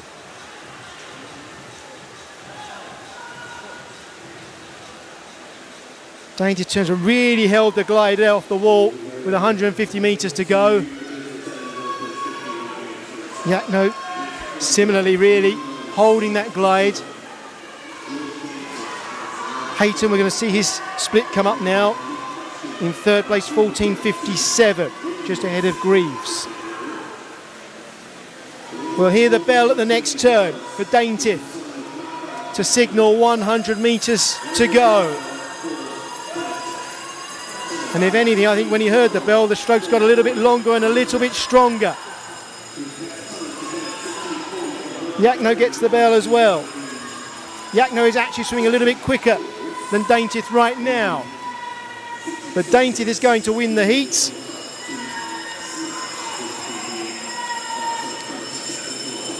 Steady swimming from George Daintiff from the city of Liverpool all the way through this 1500 metres freestyle. One final turn, holding the streamline position. Hands came apart a bit early there, I think. But he's put his head down now. It's George Daintiff who's going to come through to finish first. His fastest time this year, 16:43. He'll be well under that. He'll be looking at something around 16:20, maybe even quicker than that. It will be quicker than that. Head down now for Daintiff into the last 5, and it's 16:14. Great swim from George Daintiff. He'll be very pleased with that. Makar Yakno, this is going to be the gold medal for the 14-year-old category. 16:24. Fantastic swim from him. 17 seconds quicker than earlier in the season. In third, Oliver Greaves. And then our fastest 15-year-old, Daniel Payton, 16:37. Next into the wall will be James Page, followed by Joseph Ashley. Luke Moore with 16:47.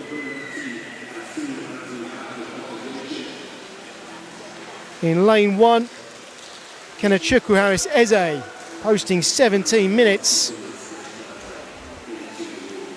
Joseph Hall is going to come in next. 17:08, just ahead of Jack Pritchard's with 17:11. Great swimming, particularly from George Daintiff in first place. Confirmation then of the results. George Daintiff, 16 years of age with 16:14. Makar Yakno, 14 years of age, 16:24. And Daniel Payton in fourth place on there, but only 15 years of age, posting 16:37. On we go to heat number 7.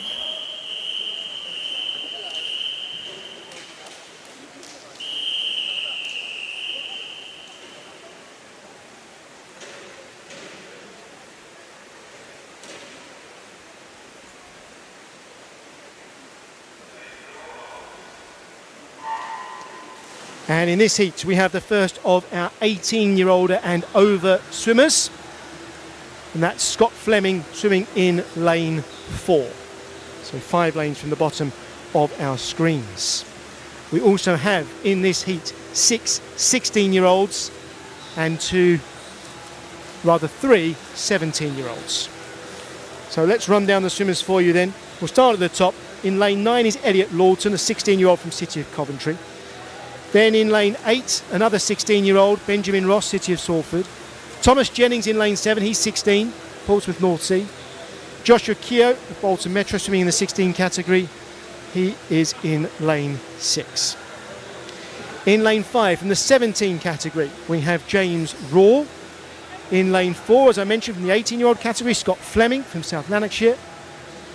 In lane 3, a 17-year-old category swimmer, Dante Sinnott from Barnet Copthall. And then we have 2 16-year-old category swimmers in lanes 2 and 1. In lane 2, it's Jack Bamborough from the City of Cardiff. And in lane 1, Thomas Belts from Plymouth Leander. And in lane 0, at the bottom of your picture, Max Harvey of City of Liverpool. He is a 17-year-old. So out in front at the moment is Thomas Belts from Plymouth Leander in the 16-year-old category. Belt turning first there in 1 minute 30, and at the moment we're swimming 31 or 32 seconds per 50 metres. So if we keep anything like this kind of pace up, we are looking at quite a step forward compared to the heats that have gone before.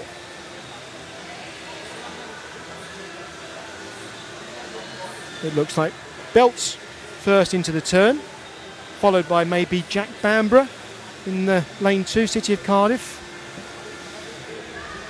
Actually, Scott Fleming got to the wall first, followed by Joshua Keogh.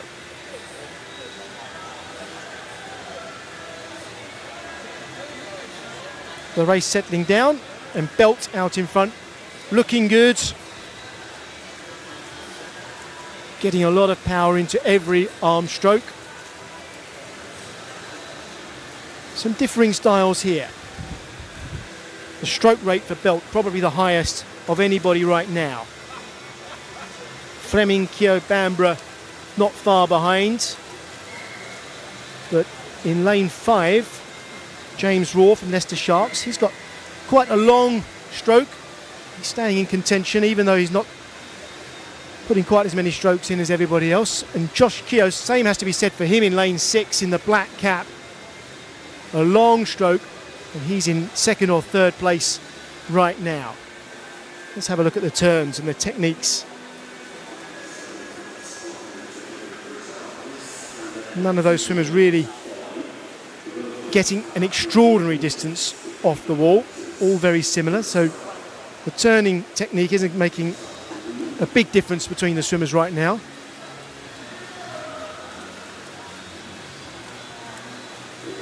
Everybody pretty much hitting the glide and the streamline, getting one dolphin leg kick in and then into their stroke. And you can see that there from Belt off the wall, getting his first pull in before he even reaches the flags, and everybody else getting their first pull around the same spot. So not a huge difference between the swimmers at the moment. No obvious differences in technique apart from probably Keogh in 6 and Raw in 5 with their longer strokes, really holding on to them. These swimmers at the front, they're all swimming sub 33 seconds comfortably per 50. So they're all swimming at roughly the pace that George Dainty was swimming at in the previous heat when he was out in front on his own. But here we've got 5, maybe 6 swimmers all swimming at roughly the same pace that Dainty was managing. Belt still out in front. Still swimming sub 33. Interestingly, the fastest swimmer over the last 50 metres was in lane 6, Josh Keogh. And now you can see he's pulled level with Belt. And even though he's got that long stroke, he is swimming very efficiently. We may well see Keogh soon moving into first place. Not much between them at the turn. Slightly bigger turn from Keogh, holding on to his streamline. And now Keogh's breathing to his right, and I think you can see really he's got his eye on Belt. Over this 50, he's going to try and get himself into first place. And then on the following 50, when he's breathing away from Belt, he might not quite know where his rival is. Yep, I think Keogh will get to the wall first. He does. Just over a tenth of a second between them. Now Belt is watching Keogh. And keep an eye on James Raw as well, because he is swimming pretty quick in lane 5 and bringing himself into this race too. Raw had a good 50 on the last 50 to bring himself back into this. Keogh will have a more comfortable lead at this turn. Far more than just a few hundredths of a second. Keogh swimming 32.2 for the last 50, Belt 32.7, so half a second between those two. And judging by the technique, I think Keogh and Raw are probably the two who are going to move into comfortable first and second places soon. Raw's got that long gliding stroke, not quite gliding as much as Keogh.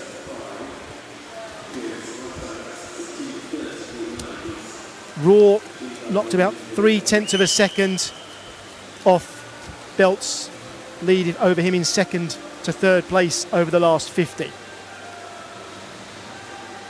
And I think Belt is digging deep at the moment though, and trying to hold off Raw's challenge. Keogh looking good, looking smooth. Judging the distance of the wall pretty well, I would say there. 32.2 for the last 50 for Kyo. That's comfortably quicker than anyone else in the pool at the moment.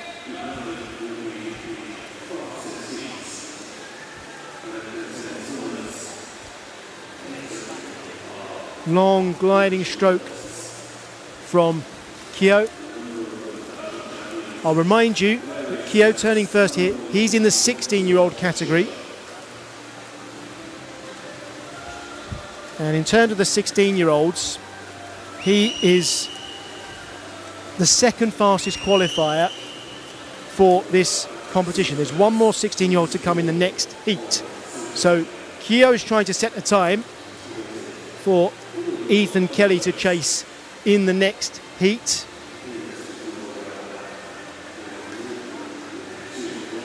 I think we can safely say, unless there's a disaster, that Kyo will post the fastest 16-year-old time so far. The other 16-year-olds in this race, Jack Barnborough, currently in 5th place.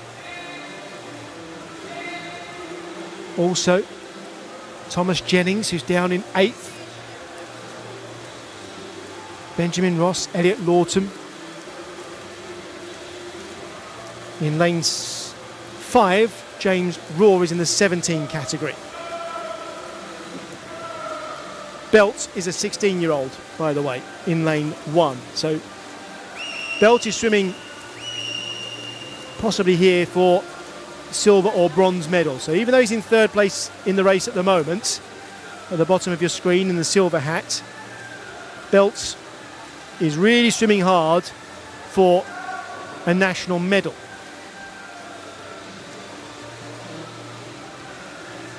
Kyo turns first, 9:36. Then it's Raw, then it's Belt.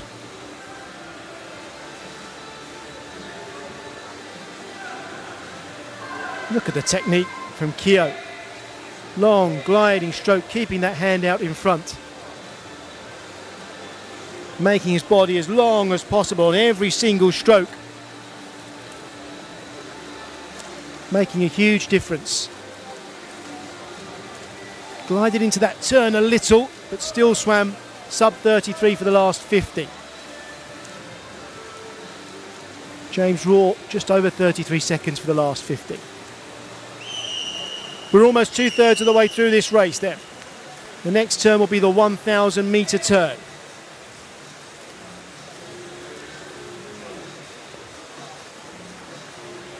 Can Kyo keep up this pace and continue to swim sub 33 second 50s? Good powerful turn. 32.8 for him for the last 50. James Raw 33.1. Thomas Belt 33.2. So the gaps between these three swimmers are actually widening at the moment. Belt fighting hard, competing with Kyo. Kyo will turn first. Big turn, dolphin kick, getting under the flags on that turn. Raw, not quite as far off the turn. Belt quickly into his stroke.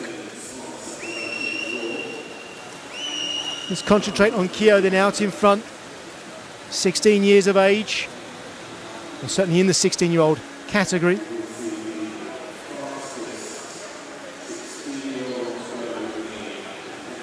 Kyo coming into the wall. And with 400 metres to go, that's 11.47. Raw looking good here, 11.52, 5 seconds back. Swimming sub 33 there. Raw's actually the fastest swimmer in the pool at the moment. So in second place, James Raw is actually closing the gap on Kyo. 400 metres to go. So as Raw moving into a phase of the race where he's picking up the pace. Kyo, just over 33 seconds for that 50. Slightly slower one. Raw also a bit slower, 33. Thomas Belt 33.5. So Keogh likely to post the fastest 16-year-old time yet, with one 16-year-old swimmer still to compete. Belt at the bottom of your screen, also in that 16-year-old category. Fighting for a bronze or silver medal probably in the 16-year-old category. And in second place, James Raw, probably our fastest 17-year-old so far. Keogh's the only one swimming 50 metre splits at the moment, sub 33. So he's still the quickest, the gap isn't closing. And he'll have 5 lengths left at this turn.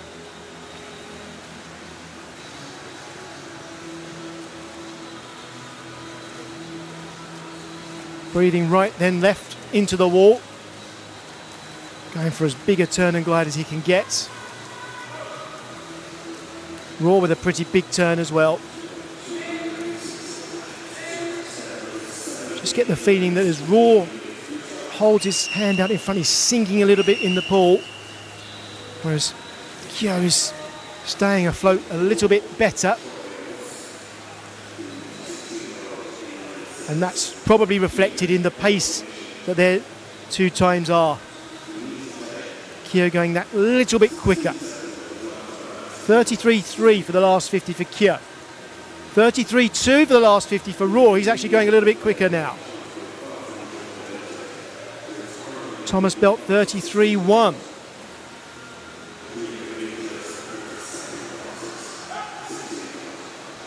Three turns to go.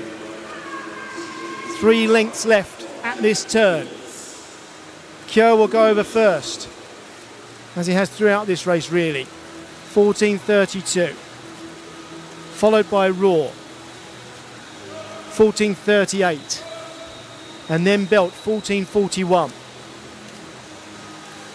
All 3 of them swimming really well. Holding on to their pace throughout this race now.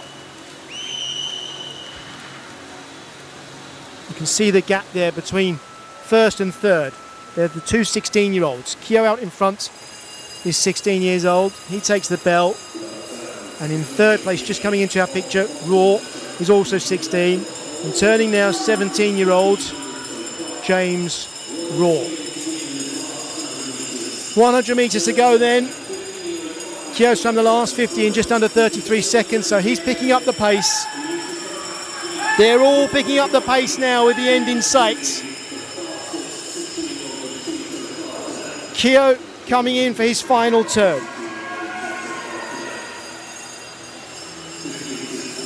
It's Joshua Keogh of Bolton Metro out in front, our fastest 16-year-old so far. In second place at the moment, James Raw from Leicester Sharks, and in third place, out of our picture right now, Thomas Belt from Plymouth Leander. So here comes Joshua Keogh then, his fastest time of the season, 16.30. He's going to smash that. He might even get under 16.10. It's going to be close. Great swim from Joshua Keogh, 16.08.8. Fantastic performance. James Raw comes in second, 16.15. Thomas Belt, who led in the early stages, 16.17. Brilliant swims from all of those swimmers. Max Harvey comes in next in 16.23. Jack Bamber in fifth. And then coming in lane 4, Scott Fleming. Scott Fleming, an 18-year-old. Good performance from him, 16.30. Tight finish here. Thomas Jennings just finishing ahead of Benjamin Ross, and then Dante Sinnott posting a time of 16.49. All 10 swimmers swimming well, but Joshua Keogh, the most impressive of the lot. He finished with a 30.33 for the final 50 metres. So 16-year-old Joshua Keogh finishing first for Bolton Metro. James Raw second. Thomas Belt the second 16-year-old there for Plymouth Leander. On we go to heat number 8.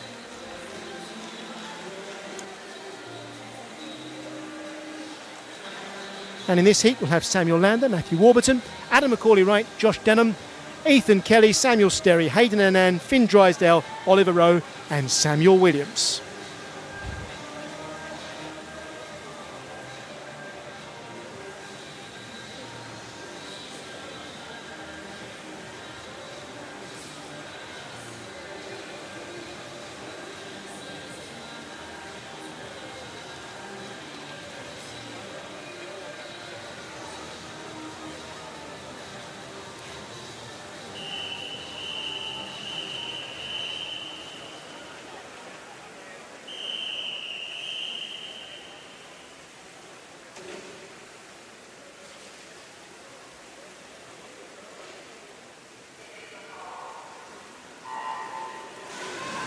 Heat number 8 then. There'll be one more heat after this. In lane 4, we have Ethan Kelly of the City of Liverpool. He is the fastest 16-year-old according to performances so far this year.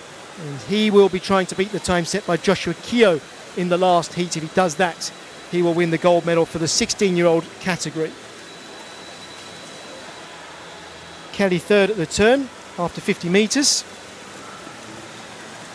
So our swimmers here will read from the top of the screen. We have Samuel Williams of Wickham District in lane 9.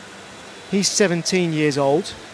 Then in lane 8, second from the top, we have Oliver Rowe. He's from Mount Kelly. Lane 7 is Finn Drysdale, the Royal Wolverhampton School. Lane 6, Hayden Annan from Royal Tunbridge Wells Monson. In lane 5, Samuel Sterry from the Tigers in Jersey. Lane 4, as I mentioned, Ethan Kelly, City of Liverpool. Lane 3, Josh Denham from Newcastle Swim Team. Lane 2 is Adam Macaulay-Wright, Portsmouth North Sea. And then the bottom 2 lanes in our picture, City of Liverpool in the red cap, Matthew Warburton. And in lane 0, from Mount Kelly, Samuel Lander. We have 3 different age groups competing in this race. Kelly turning in second place, he's in the 16-year-old category. Sterry, who's leading this race, he's in the 17-year-old category. And we also have some 18s and over. So I'll keep you posted on all of those as the race settles down, as things develop, and give you an idea of who is racing with who in terms of the medals, because now we are looking at the medal winning heats. No finals in the 1500 metres, all declared winners by the heats performances. Samuel Sterry, he's a 17-year-old as I mentioned. Annan in third place, Hayden Annan is also a 17-year-old. So those 2 swimmers in lanes 5 and 6 competing in the 17-year-old category. There is one more 17-year-old to compete in our final heat. So similar to Joshua Keogh's situation in the last heat, those 2 in lanes 5 and 6, Sterry and Annan, are both trying to post times for the swimmer still to come. And that is Kurosh Kodaka to try to beat. So lanes 5 and 6, they're swimming for medals really in the 17-year-old category. Ethan Kelly in lane 4, he's swimming for a medal in the 16-year-old category. And in the open category, the 18s and over, the fastest qualifier for that category in this heat is Josh Denham in lane 3. Denham just coming into turn now in lane 3. Denham behind Warburton, who's also in that open category. Warburton, Denham and Lander, they're all in the 18s and over. Let's concentrate on the leaders then. Ethan Kelly out in front, our fastest 16-year-old. And we're coming up now to the 350 metre turn. Kelly in front. Both Kelly and Sterry, our fastest 2 swimmers here, are swimming 50 metres in 31.2, 31.4 seconds. So they're the fastest swimmers we've seen so far. They really are challenging for the medals. At the moment, you would expect them to swim faster than anyone who has gone before them. Kelly and Sterry then, pushing each other both swimming sub 32 second 50s. High stroke rates from both of these swimmers. A slightly more powerful kick from Sterry. And a slightly longer glide per stroke at the moment from Kelly. This could develop into a really good race in our middle two lanes. The fastest times for these two swimmers out in front so far this year, 16 minutes, almost dead for Kelly, 16:00.04, and Sterry 16:05.09. We've got a good chance of seeing our first sub 16-minute swims today in this heat. At this turn, let's also have a look at third and fourth place. Nothing to choose between Kelly and Sterry. Not much to choose either between Finn Drysdale and Hayden Annan. Drysdale is our fastest swimmer at the moment, in third place in the 18s and over category. So Drysdale in third place is in the 18s and over, and in fourth place at the moment we have Annan, who's swimming in the 17s category. Only 100th of a second between Sterry and Kelly at that turn. They are certainly measuring one another and helping each other to keep this pace up. It's worth pointing out everybody else in this race is swimming at a similar pace to what we've seen before, slightly faster. So even though these swimmers are out of the picture, they are really swimming well. If they'd been in the previous heat, they would have been at the forefront of things. Turning in low 32 seconds per 50 at the moment. Ethan Kelly actually went a shade under 32 there, 31.91. And that's the sort of pace that will get you sub 16 minutes.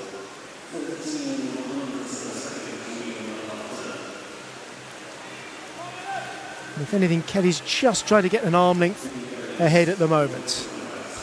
Having said that, 4/100th of a second between them at the wall. So very little to choose.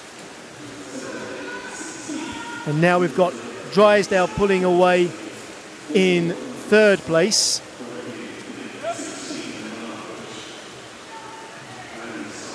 Hayden Annan just slipping away a little bit. So we're looking at second, third and fourth place at the moment. And in fourth place, lane 2 from Portsmouth North Sea in the white cap. Just hidden behind the graphic there, but look, he's going to turn in fourth place here. That's Adam Macaulay-Wright, 7:28.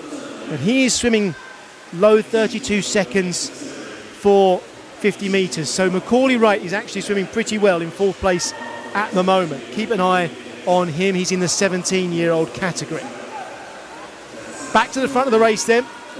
Sterry's in front now. Half a second, 0.45 ahead of Kelly. Both of these at the moment swimming sub 32 second 50s. So these are the outstanding performances so far in the men's 1500 metres freestyle. And bear in mind, everybody else in this race is swimming as fast, if not quicker, than in the previous heat. So the standard is raising with each passing heat here. We can't see all 10 swimmers at any one time, but they're all swimming really well.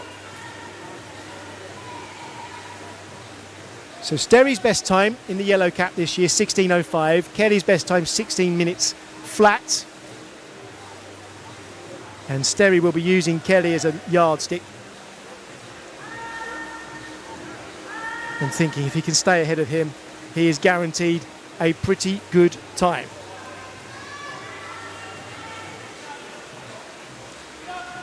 Turning then at 850 metres. Just under a second between them. And you can see the difference in the kick. Sterry has gone to the legs, gone to the feet. There's a lot more power coming from the bottom half of his body than from Kelly's legs at the moment. There'll be 600 metres to go at the turn, and Kelly may well be planning to make a change to his technique later on. Kelly has certainly got the longer stroke. And Kelly also going a little bit further with the dolphin kicks off the turns, and I think that generally counts for something towards the end of the race. So Kelly is certainly in contention for this heat. Macaulay Wright, Drysdale, Warburton, Denham, then Annan and Rowe. That's the rest of the field.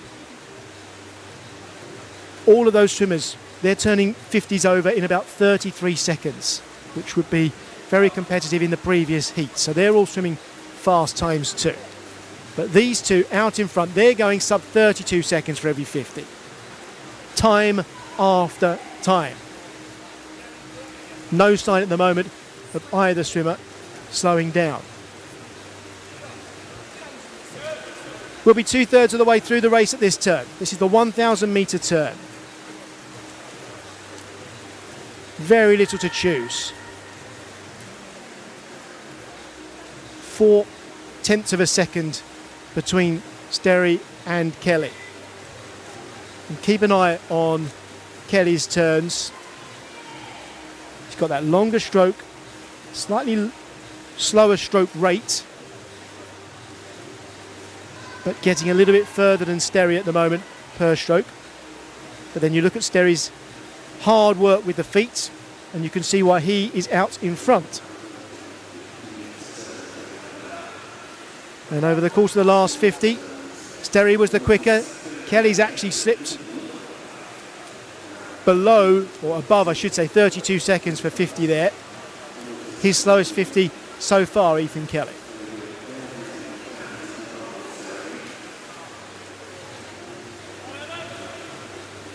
.400 metres to go at this turn. I'll remind you that these two swimmers are actually swimming in two different age groups. Sterry is in the 17-year-old category, and Ethan Kelly is likely to be our fastest 16-year-old. He's probably swimming for the gold medal in the 16-year-old category. We'll get confirmation of all of the age group results later on, of course, but Kelly is the last of the 16-year-old swimmers to compete. And I tell you what, Kelly's come back very strong there. Very strong. He might even turn in first place now. Not quite. 3/10 between them.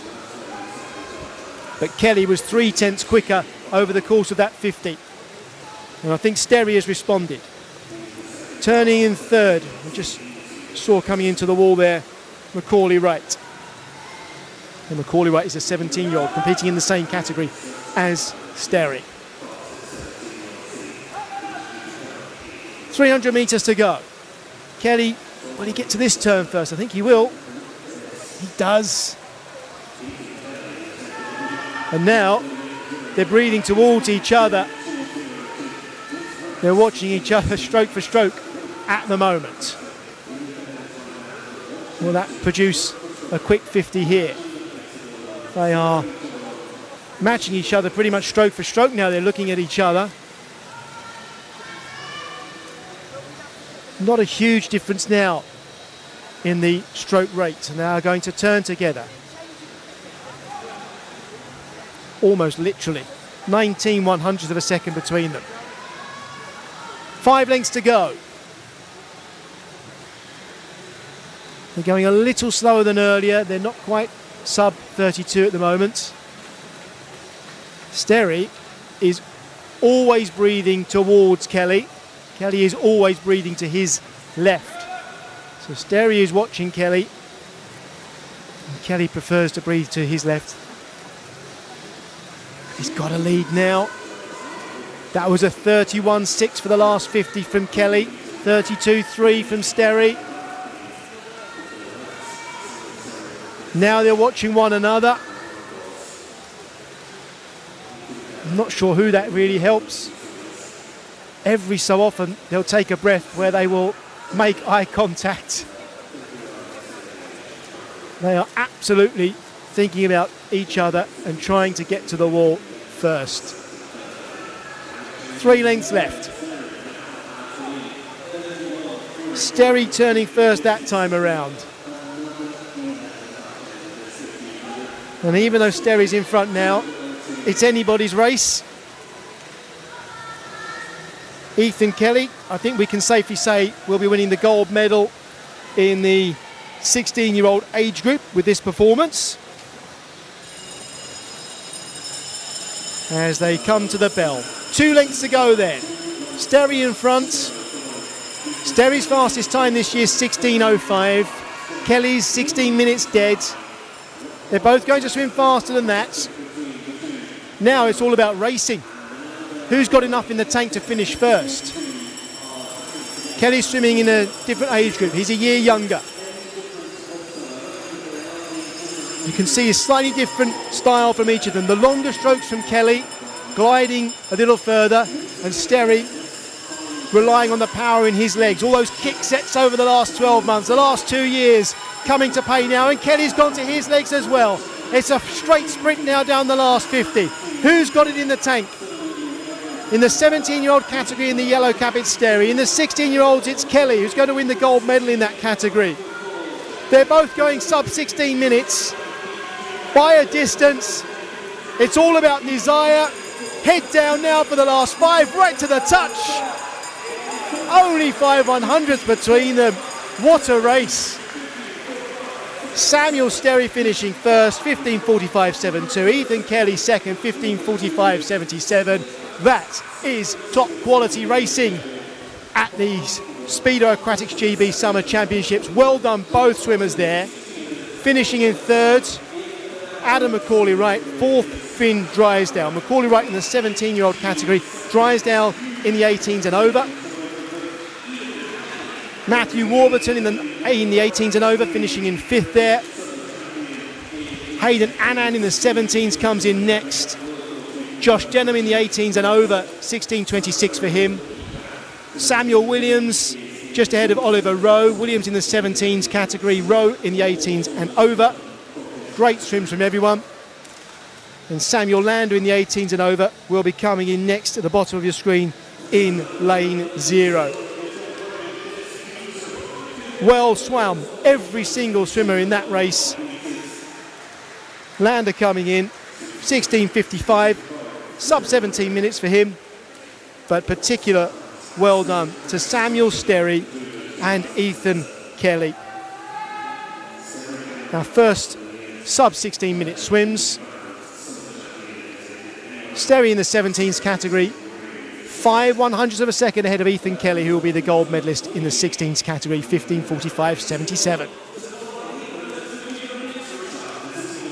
Now we're into the final heat, and this will be fast.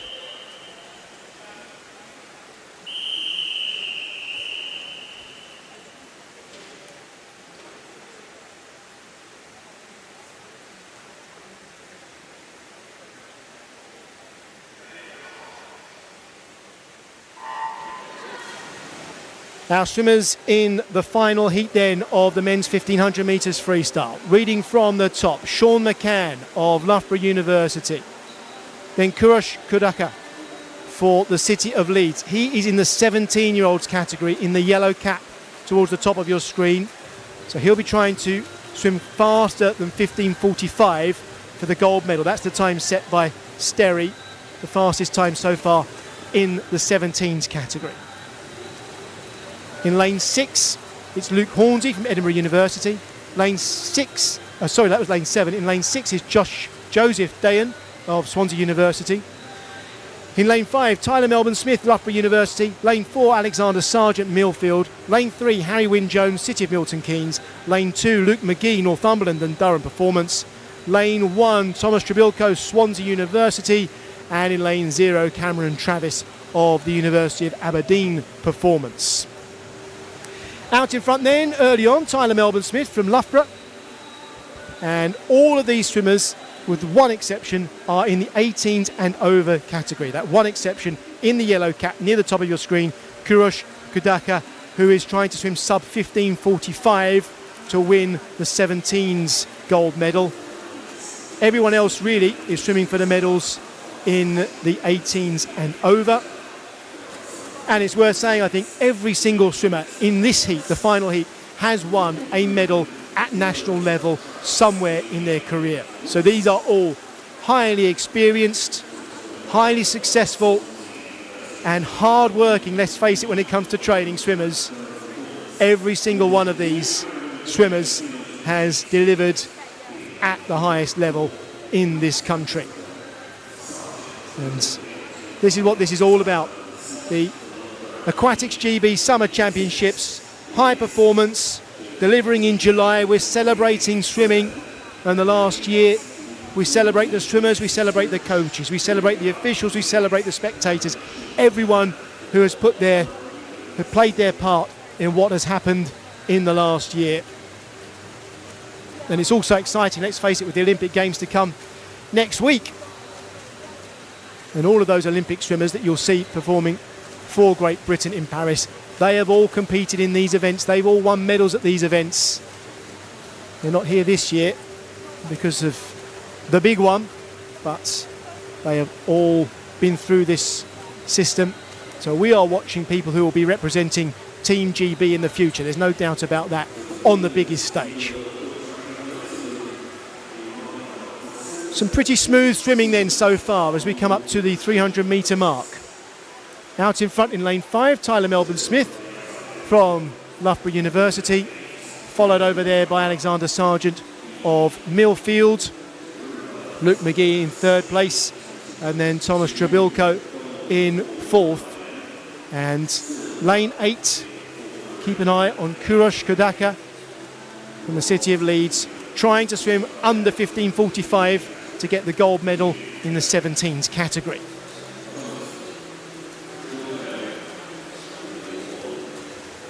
Melbourne-Smith turning first. These swimmers now, if you remember in the previous heat, we were marvelling at swimmers swimming in 31-second 50-metre splits. Well, they're all doing that in this heat, except for those two out in front.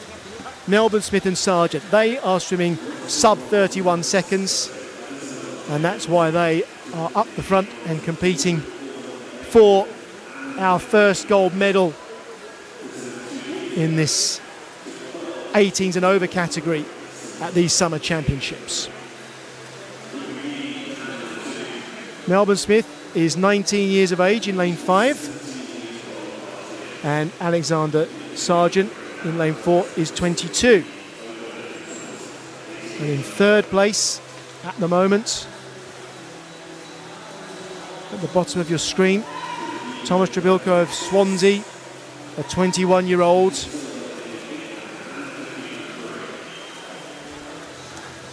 Melbourne-Smith over first, 4:32. Just over a second ahead of Sargent. Then Trabilko, McGee, Hornsey, Dayan, Wynne-Jones. And as I like to say, remember, even though we can't see all 10 swimmers on our screens at any one time, they are all performing really well. They would have been competing for first place in the previous heat, all of these swimmers, even if they are in 9th or 10th places. So the level of performance goes up a notch with each passing heat. And if they've been in the previous heat, if they've been the 11th or 12th fastest entries, then we would have been celebrating their performances a little bit more, because we'd see them swimming out in front. But every single swimmer at this level is really performing to a high level. Melbourne-Smith first and Sargent second. They're swimming for the 18 and over gold medal. Trabilko and McGee, they're swimming for third and fourth. A bronze medal for them. In 10th place at the moment, Kodaka, you just saw his split time come up, 5:50 for him. And at the moment, Kurosh Kodaka is swimming 32 seconds per 50 metres.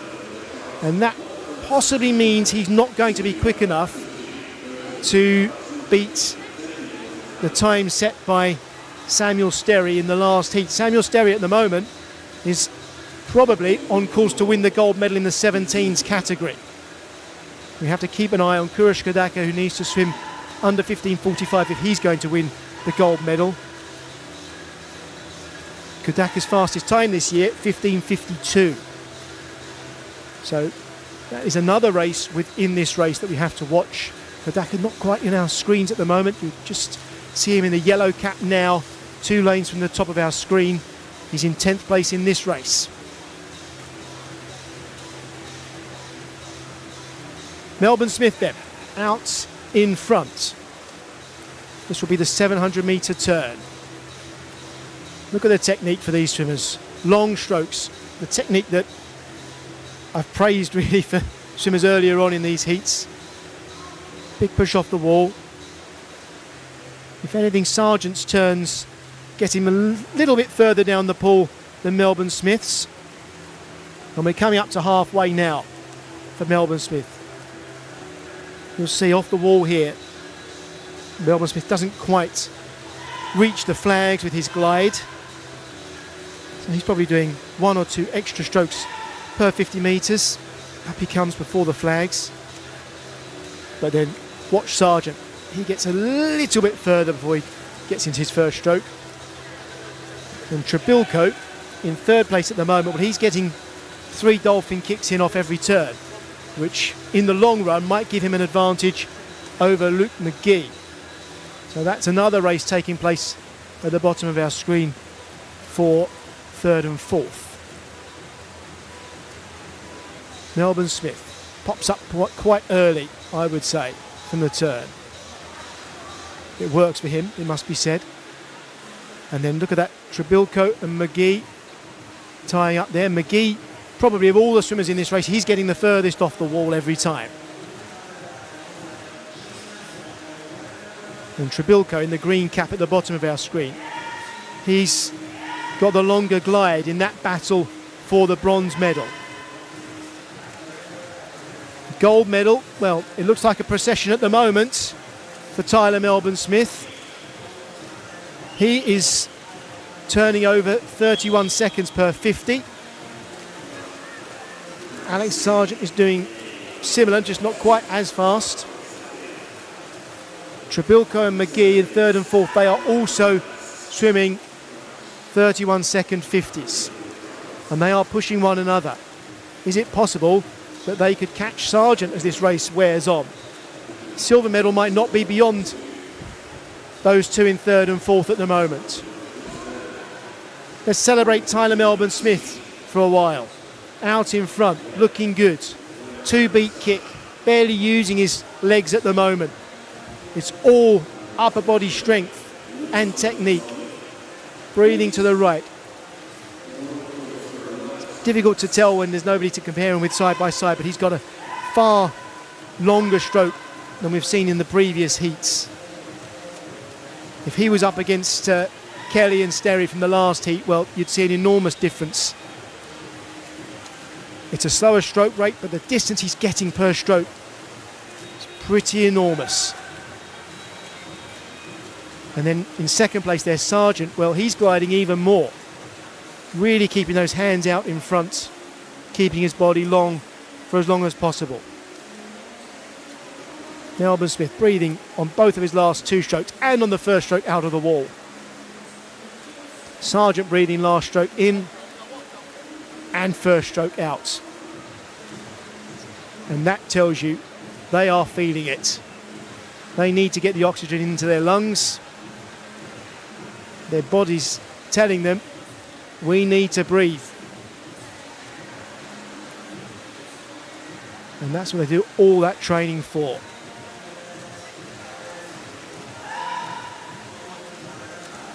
(1,050 metres swum. Melbourne Smith, 6 seconds ahead of Sargent. Still, these 2 swimmers out in front are swimming 31 seconds per 50. Trebilco and McGee, they're swimming 32 seconds per 50. Look at that gap. I know the graphic has gone now. There was only 1/10 of a second between 3rd and 4th at the last turn.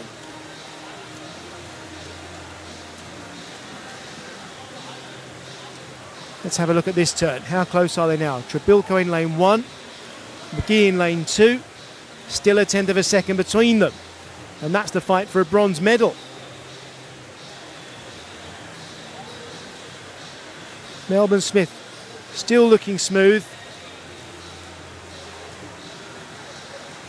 Metronomic at the moment. Might have been a little bit far from the wall at that turn. Sargent hit that one a little better. And watch these two in third and fourth. Trabilka going over first.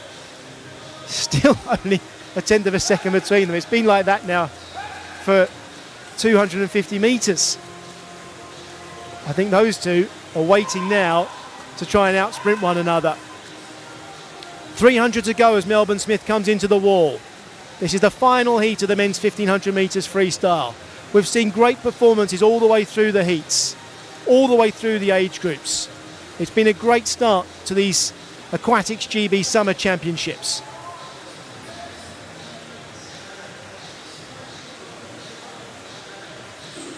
Melbourne Smith over 6 seconds ahead now. 5 lengths to go at this turn.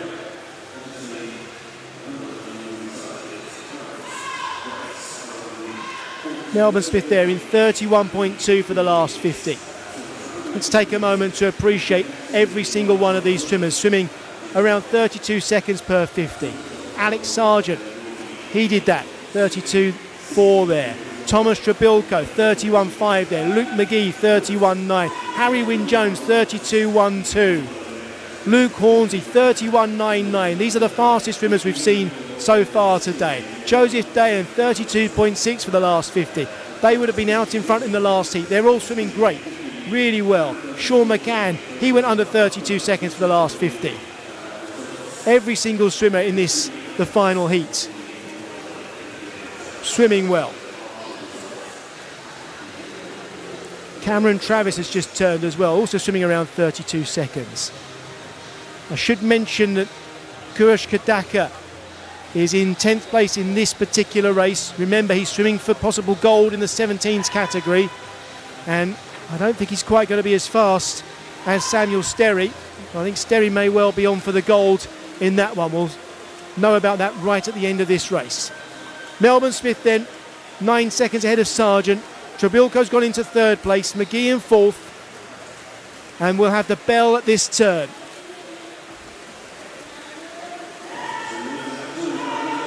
Tyler Melbourne Smith, his fastest time this year, 15 minutes 21 seconds.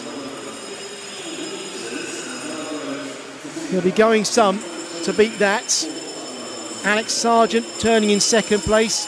He's been 15.19 this year. I don't think he'll be swimming that fast today. In third place, Trabilko, 15.47. He may well beat that. And Luke McGee, 15.43, his fastest this season. He'll be trying to beat that. Tyler Melbourne Smith coming into his final turn. He'll be the gold medal winner in our 18s and over category on day one of the Aquatics GB Summer Championships. A long stroke, digging in with the feet now. I'll remind you his fastest time this year, 15.21. It won't quite be that fast, but it won't be an awful lot behind. Still powering his way through, going for the feet right at the end, and coming home in 15.24. Second place is going to be Alexander Sargent, although Trabilko's pushing him hard. Sargent comes in next, 15.34. Trabilko 15.35. McGee will finish in fourth place, 15.40. Fifth, Harry Wynne-Jones. Sixth, Luke Hornsey. Seventh place, Sean McCann, 15.53. Joseph Dayan in eighth place. Remember, 15.45 won the previous heat, so all of these swimmers would have been in contention if they'd been in that heat. In comes Cameron Travis, and we know now that Kurosh Kadaka will not be swimming 15.45, so in the 17s category the gold medal will go to Samuel Sterry from the previous heat. Tadaka coming in then in 16.22. What a great first session here at the 2024 Aquatics GB Summer Championships. The gold medal in the 18s and over men's 1500 metres freestyle will go to Tyler Melbourne Smith from Loughborough University in 15.24. Alexander Sargent will take the silver, 15.34. And Thomas Trebilco of Swansea, the bronze medal, 15.35. Great performances from all of our 18s and over swimmers. Great performances all the way through the age groups. It's been a great start to a week of top swimming here at Ponds Forge.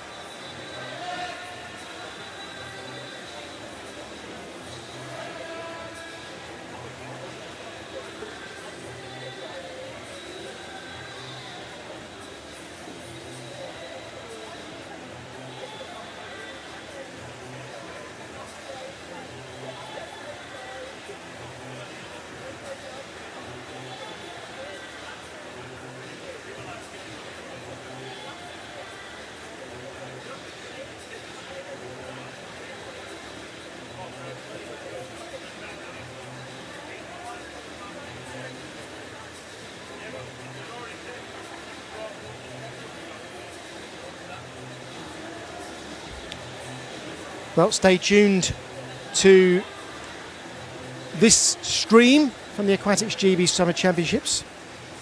We will have women's 1500 metres freestyle this afternoon, of course. And if we can round up all of the swimmers who are trying to swim down after their efforts so far, we will have the medal ceremonies coming up in 10 minutes or so. 10 minutes or so. And then we will be able to celebrate the performances of all of those swimmers in the men's 1500 metres freestyle, all the way through the age groups. We really saw some swimmers raise their level today, and they are going to get their reward when we present the medals in 10 minutes or so.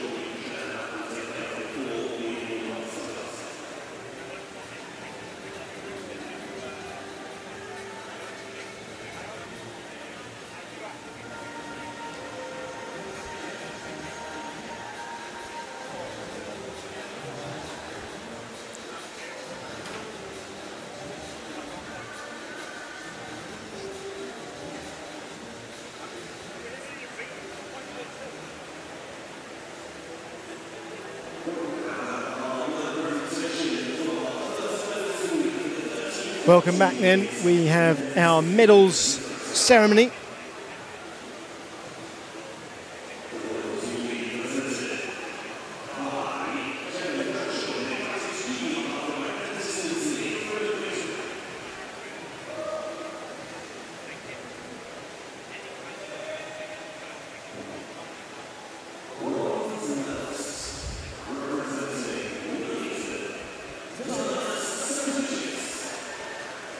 So here we go with the medals presentation. The bronze medal for the 13-14 category to Dilanas Satavicius of Nuneaton.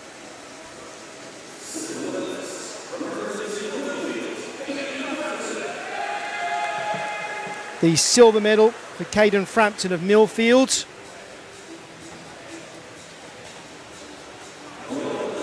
And the gold medal. Gold medal for Makar Yakno from Portsmouth North Sea. Great swim for him. Great swims for all three of these swimmers, let's be honest. In the 13-14 category, Makar Yakno is the Aquatics GB Summer Champion for 2024 in the men's 1500 metres for 13 and 14-year-olds.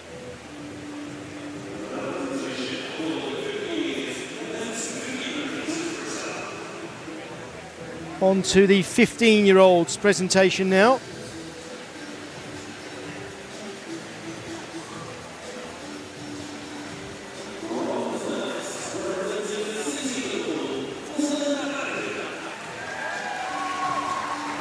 Bronze medal then in the 15-year-old category, Dylan Madican, City of Liverpool.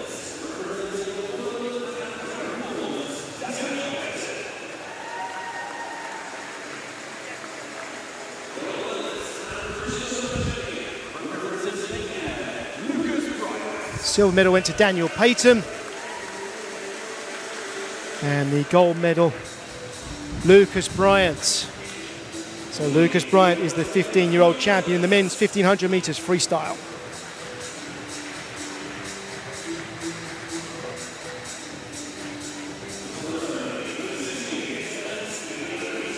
On to the 16 years 1500 metres freestyle.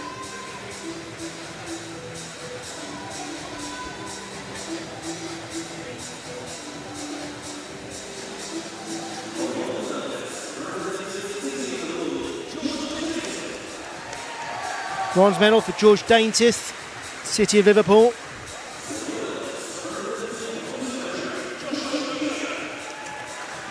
Silver medal for Joshua Keogh from Bolton Metro.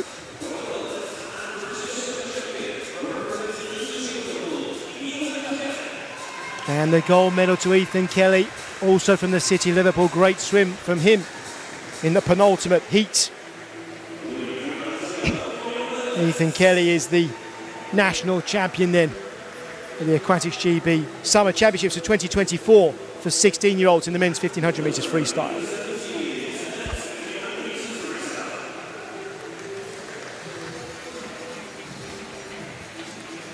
Next, the presentation for the 17-year-olds in the men's 1500 metres freestyle.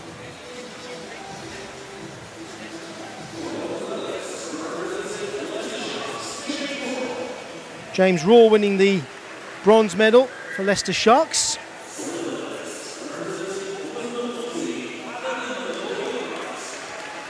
Adam Macaulay-Wright winning the silver medal.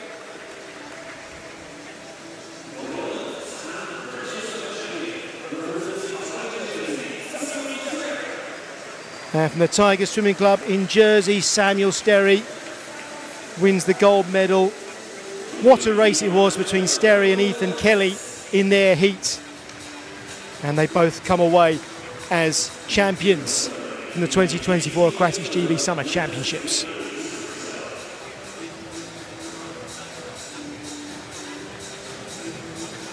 And the 18s and over category now, men's 1500 metres.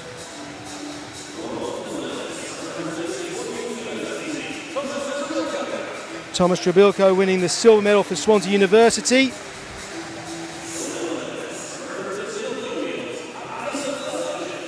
Alexander Sargent with the silver medal. Great swim for him, but the outstanding swim in this one. Loughborough University's Tyler Melbourne Smith. Powerful swimming for him. 15:24 his winning time. Tyler Melbourne Smith is the gold medal winner in the 18s and overs. Men's 1500 metres freestyle Aquatics GB Summer Championships 2024.